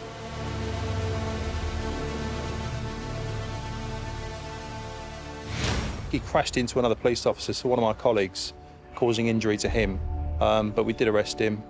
No members of the public were injured during that, no other damage was caused. The offender pleaded guilty to a string of offences, including dangerous driving and driving without a licence or insurance. He was sentenced to 8 months in prison and banned from driving for 18 months. I've been a police officer for over 15 years, and I don't think I've ever seen riding as badly as what was displayed during that 45 minutes throughout, I think, 3 to 4 boroughs of London, then up into Hertfordshire. It was truly shocking. It's police tactics like this that mean Operation Venice has been deemed a success and has seen a dramatic drop over 3 years in moped-enabled crime in London. We're very proud in Operation Venice to see the reductions we've seen. Over 19,000 in 2017, down to just over 4,000 the last calendar year.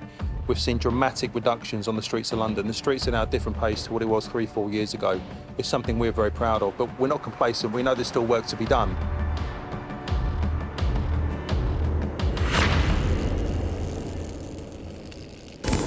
Still to come, a police officer in Wales is lucky to survive as she's dragged along the ground by a criminal in a getaway car. And in Norfolk, a dumper truck driver goes on a dangerous rampage.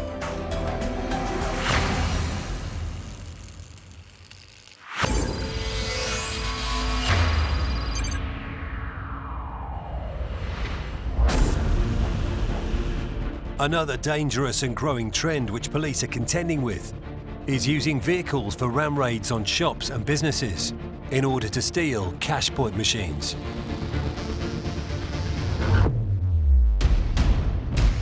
From 2014 to 2018, they more than doubled from 400 to 841.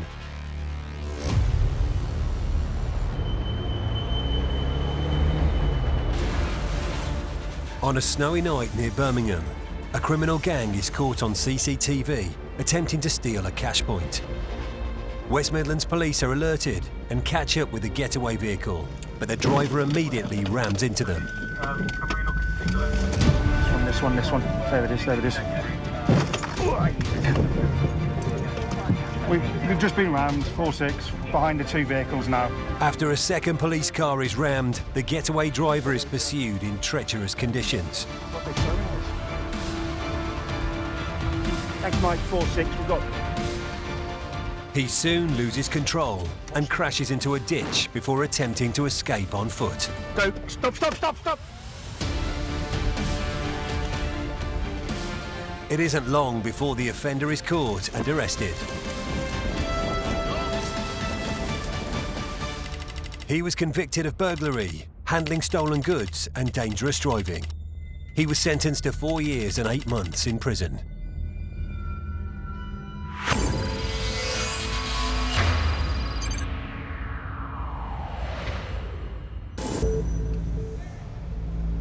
In 2019, Detective Sergeant Steve Court of Hampshire Constabulary headed up a major operation, codenamed Operation Windwhistle, where police pursued a gang who ram-raided an ATM. They're clearly desperate thieves on the run. The officers will have been thinking there is a high level of perceived threat in this case.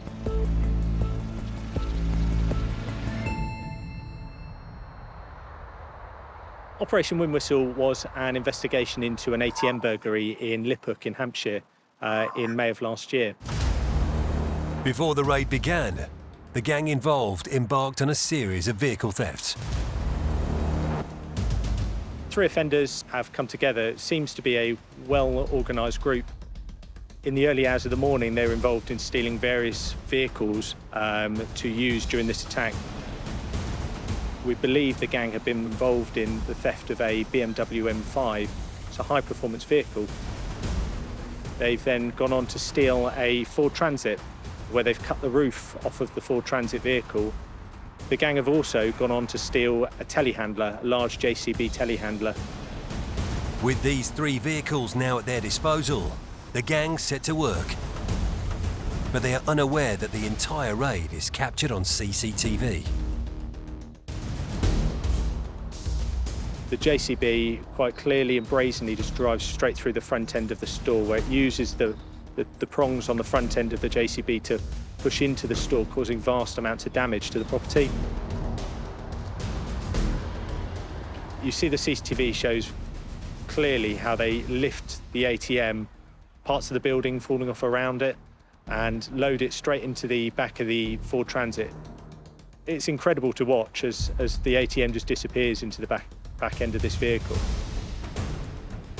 The gang had previously removed the roof of the van, and as soon as the stolen cash point is lowered into it, they make a quick getaway. The gang jump into the BMW M5 and the Ford Transit and they make off across Hampshire. At a secluded location in the early hours of the morning, the gang attempt unsuccessfully to prise open the cash machine. Having not got any of the cash from the machine, they abandoned the ATM. They all jumped straight into the BMW M5, where quite a long running pursuit takes place with the gang. 3 police forces from Hampshire, Surrey and Sussex were all involved in the operation to pursue the suspects. The National Police Air Service was also called in to help track them. The pursuit lasted about 2 hours. The speeds varied naturally due to the terrain, but sort of up to sort of 60, 70 miles an hour. And what you can see on the footage is really narrow country lanes. It could have very easily ended up in a fatal collision. And certainly for the officers involved, those risks are truly very high. I think the most shocking part of that footage is where we see the offenders driving down the country lane and come head to head with the officers. You see their faces all balaclavaed up. Must be absolutely terrifying, and to know how desperate they are to get away, I really felt for the officers when watching that footage. Yeah, he's gone head to head with the vehicle, he's now reversing. Amazingly, during the whole pursuit phase, there was no injuries to officers, and it just goes to show we can do it safely, but the officers are at tremendous risk.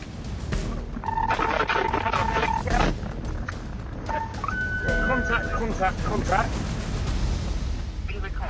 They're clearly desperate thieves on the run. The officers will have been thinking there is a high level of perceived threat in this case. Pitch black in a country lane on their own, they're fending for themselves and trying to bring some justice to the situation and get these people under control. The officers have got out of the vehicle at the same time the offenders are trying to make good an escape. Have the officers very quickly identify one offender trying to get out of the vehicle. So one suspect managed to make good an escape. The helicopter really came into its own, fitted with state-of-the-art cameras, and the thermal imaging was able to find him hiding halfway up a tree.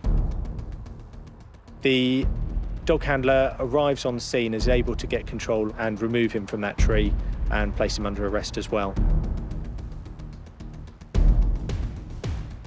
At this stage, we now have 3 of our suspects in custody and under arrest. The 3 offenders were convicted of conspiracy to commit burglary, while one was also convicted of dangerous driving. They were each sentenced to 5 years in prison. It was a really good outcome for the crime, given the sheer audacity of the gang to target this community in such a way, and hopefully add some sort of reassurance to the community that we as the police will deal with it seriously and deal with it robustly, but the courts take it seriously as well. We've seen in recent years the number of attacks on ATMs has more or less doubled. These attacks are becoming more violent. The gangs are having to resort to more and more violent means of attacking these cash points to get the cash.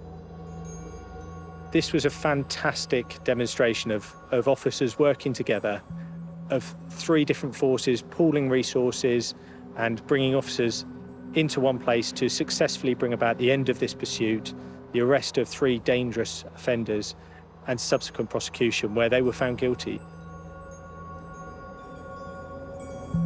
These attacks target the heart of our community. It's an attack on a community, not just a business. All those people that make use of those cash points, those vulnerable residents that rely on it, it's not just the business that suffers, it is the whole community.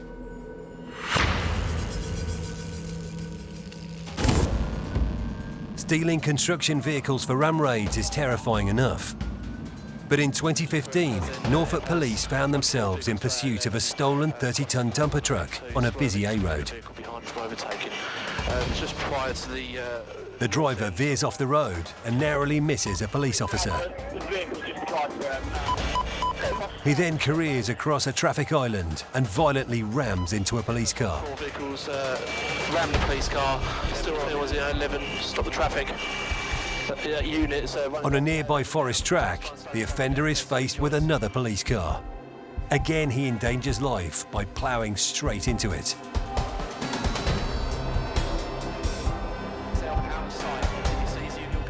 The offender then approaches a third police car before again ramming into it head-on.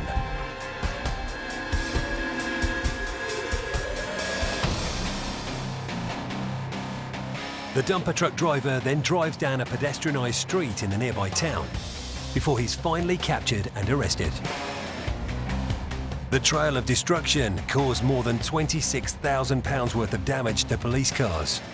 The dumper truck driver pleaded guilty to dangerous driving, aggravated vehicle taking, and driving while under the influence of drugs.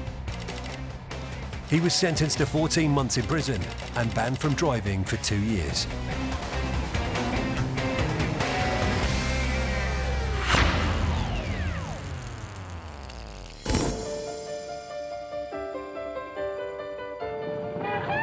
The police car is an everyday and welcome sight on our streets today. But through the years, the police car has been through many evolutions. The first motorised police cars to hit our streets were at the start of the 20th century.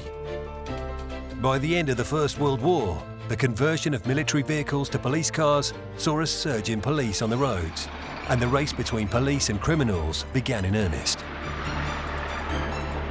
In the 1920s, police cars were equipped with radio for the first time. The Road Traffic Act of 1930 legally obliged all police forces to patrol our roads and streets. The rise in car ownership in the second half of the 20th century meant police forces were forced to adapt, and the police cars became a common sight on our roads. Officers of the Metropolitan Police on traffic patrol. A long way from the old-time Bobby pounding the beat, whose brains they used to say were in his big and solitary feet.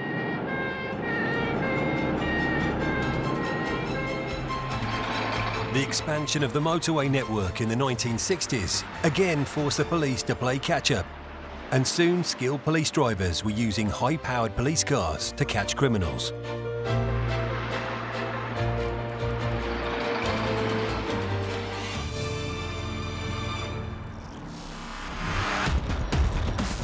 Today, the most powerful police cars are reserved for highly skilled drivers who are trained in pursuits.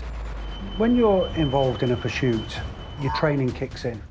And it's not one of these yee-haw moments. It's not like a video game.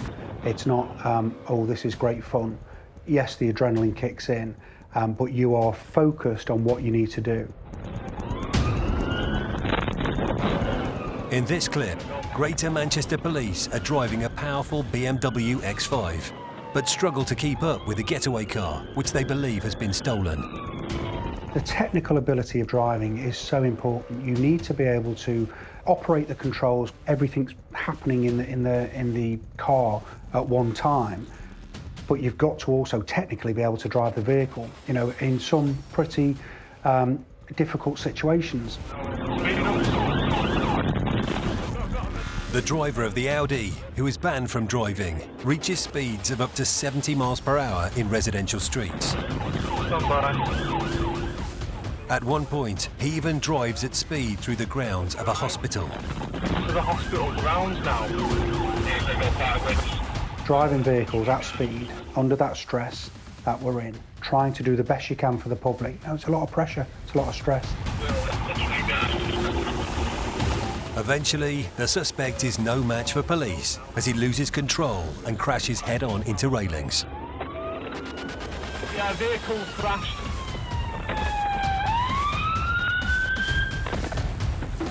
Both the driver and the passenger were lucky to escape unscathed. The driver admitted dangerous driving, driving without insurance, driving while disqualified, and aggravated vehicle taking. He was given a 12-month suspended sentence and was banned from the roads for 2 years.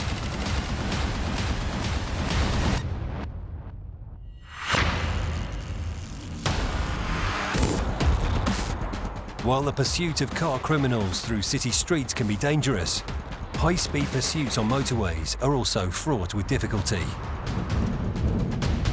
In this clip from September 2019, West Midlands Police are following this grey Mini, which they suspect has been stolen. M54 As the Mini enters the motorway, it hits speeds of up to 137 miles per hour.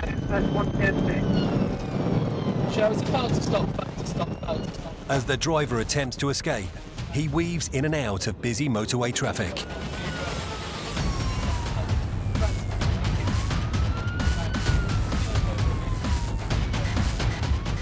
Suddenly, the Mini driver attempts to drive the wrong way up an exit slip, and the police have no option but to use tactical contact, ramming his vehicle to stop it. Vehicles doing U-turns on the motorway or going the wrong way down a slip road, you know, that is a life and death situation. We have seen multiple fatalities when vehicles go the wrong way down the motorway. And for people to do it intentionally, you know, it's beyond stupid. And in those cases, we're seeing our colleagues putting their own lives at risk by ramming those vehicles so that they incapacitate the vehicle and stop it going the wrong way down the motorway. With the pursuit brought safely to an end, the driver is arrested. He admitted dangerous driving and driving while disqualified. He was sentenced to 18 months in prison and banned from driving for 3 years.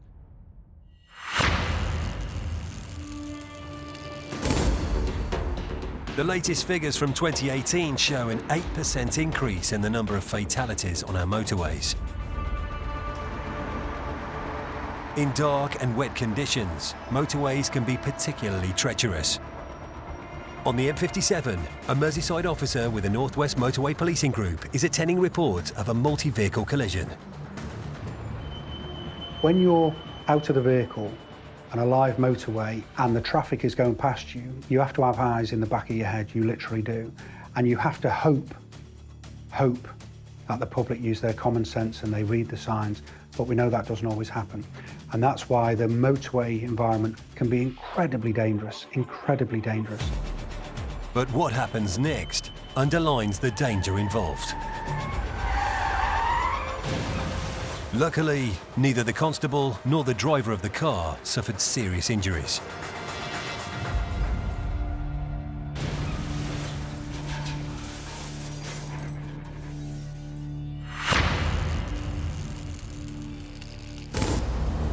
As we've already seen, it's a frightening experience for police officers when criminals use their cars as weapons to escape arrest. But even more terrifying for officers is when they don't have the protection of their own vehicle. Nottinghamshire police are pursuing a driver who they suspect may be disqualified from driving. The suspect is trapped by oncoming traffic and 2 police cars. Police officers approach the car in an effort to speak to the driver. But he attempts to escape by reversing at speed. The driver then attempts a second escape, almost colliding with the van driver before hitting a brick wall.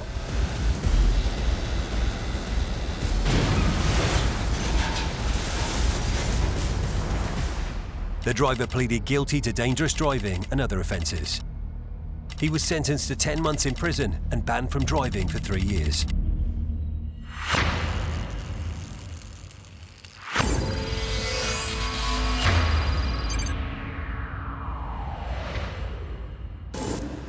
Being rammed by a getaway car is just one of the many dangerous situations that police officers face when pursuing dangerous criminals.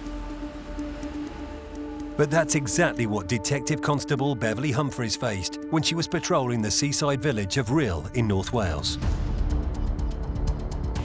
We were on a night shift. We started at 10 p.m. I think it was just before 10 p.m. we were getting ready for the briefing. When a job came in regarding reports of a domestic assault, which I've dealt with so many times in the past. It was just another call. It was anything but just another call, as just a few minutes later, Beverly would be fighting for her life.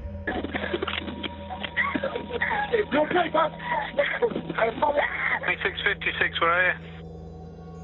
Beverly and her colleague Gary were responding to a report of a domestic dispute at a caravan park. As they arrive at the incident, they discover that the suspect has escaped with 2 young children in his car. They give chase in the caravan park in pursuit of the suspect. I just thought, crikey, what is this man going to do?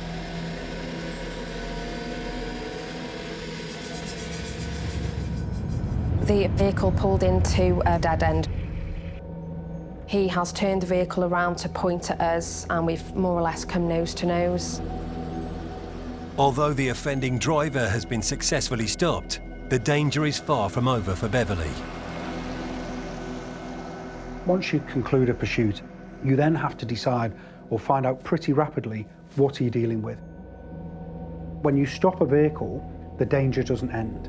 It continues until you've got that person safely into custody. Then the danger is still there. Bev's got out of the passenger side.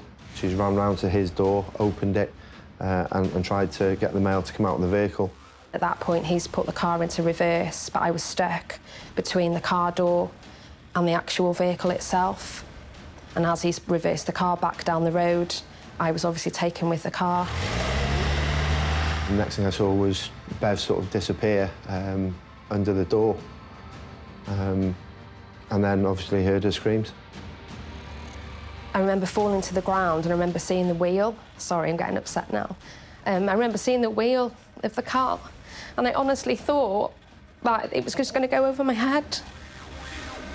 Beverly has been dragged backwards by the suspect's car and now her life hangs in the balance.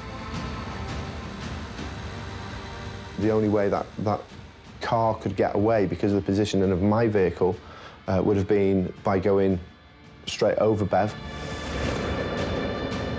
My decision at that point was to run to his vehicle whilst taking out my baton. I've smashed his front windscreen. I've opened the driver's door. I've struck the male to disorientate him and dragged him from the car. While Beverly is in agony on the ground, Gary apprehends the suspect. Get an ambulance. I need an ambulance to better ASCP, please.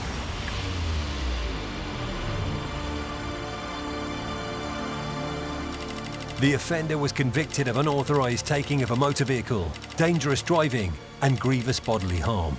He was sentenced to 20 months in prison and disqualified from driving for 3 years.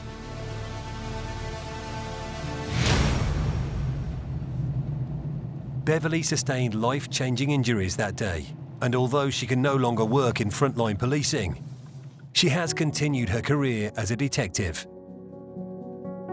I was not going to give up. I was going to be coming back to do something. I might not be able to go frontline policing, but the job I do is still so important. Beverly hasn't allowed this incident to hold her back.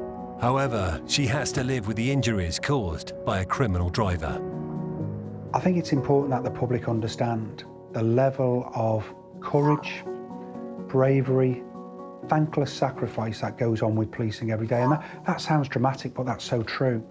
And when I speak to officers who've been so badly injured, attacked violently, who thought they were going to die, and they were saying, oh, I don't want any fuss, I was doing my job.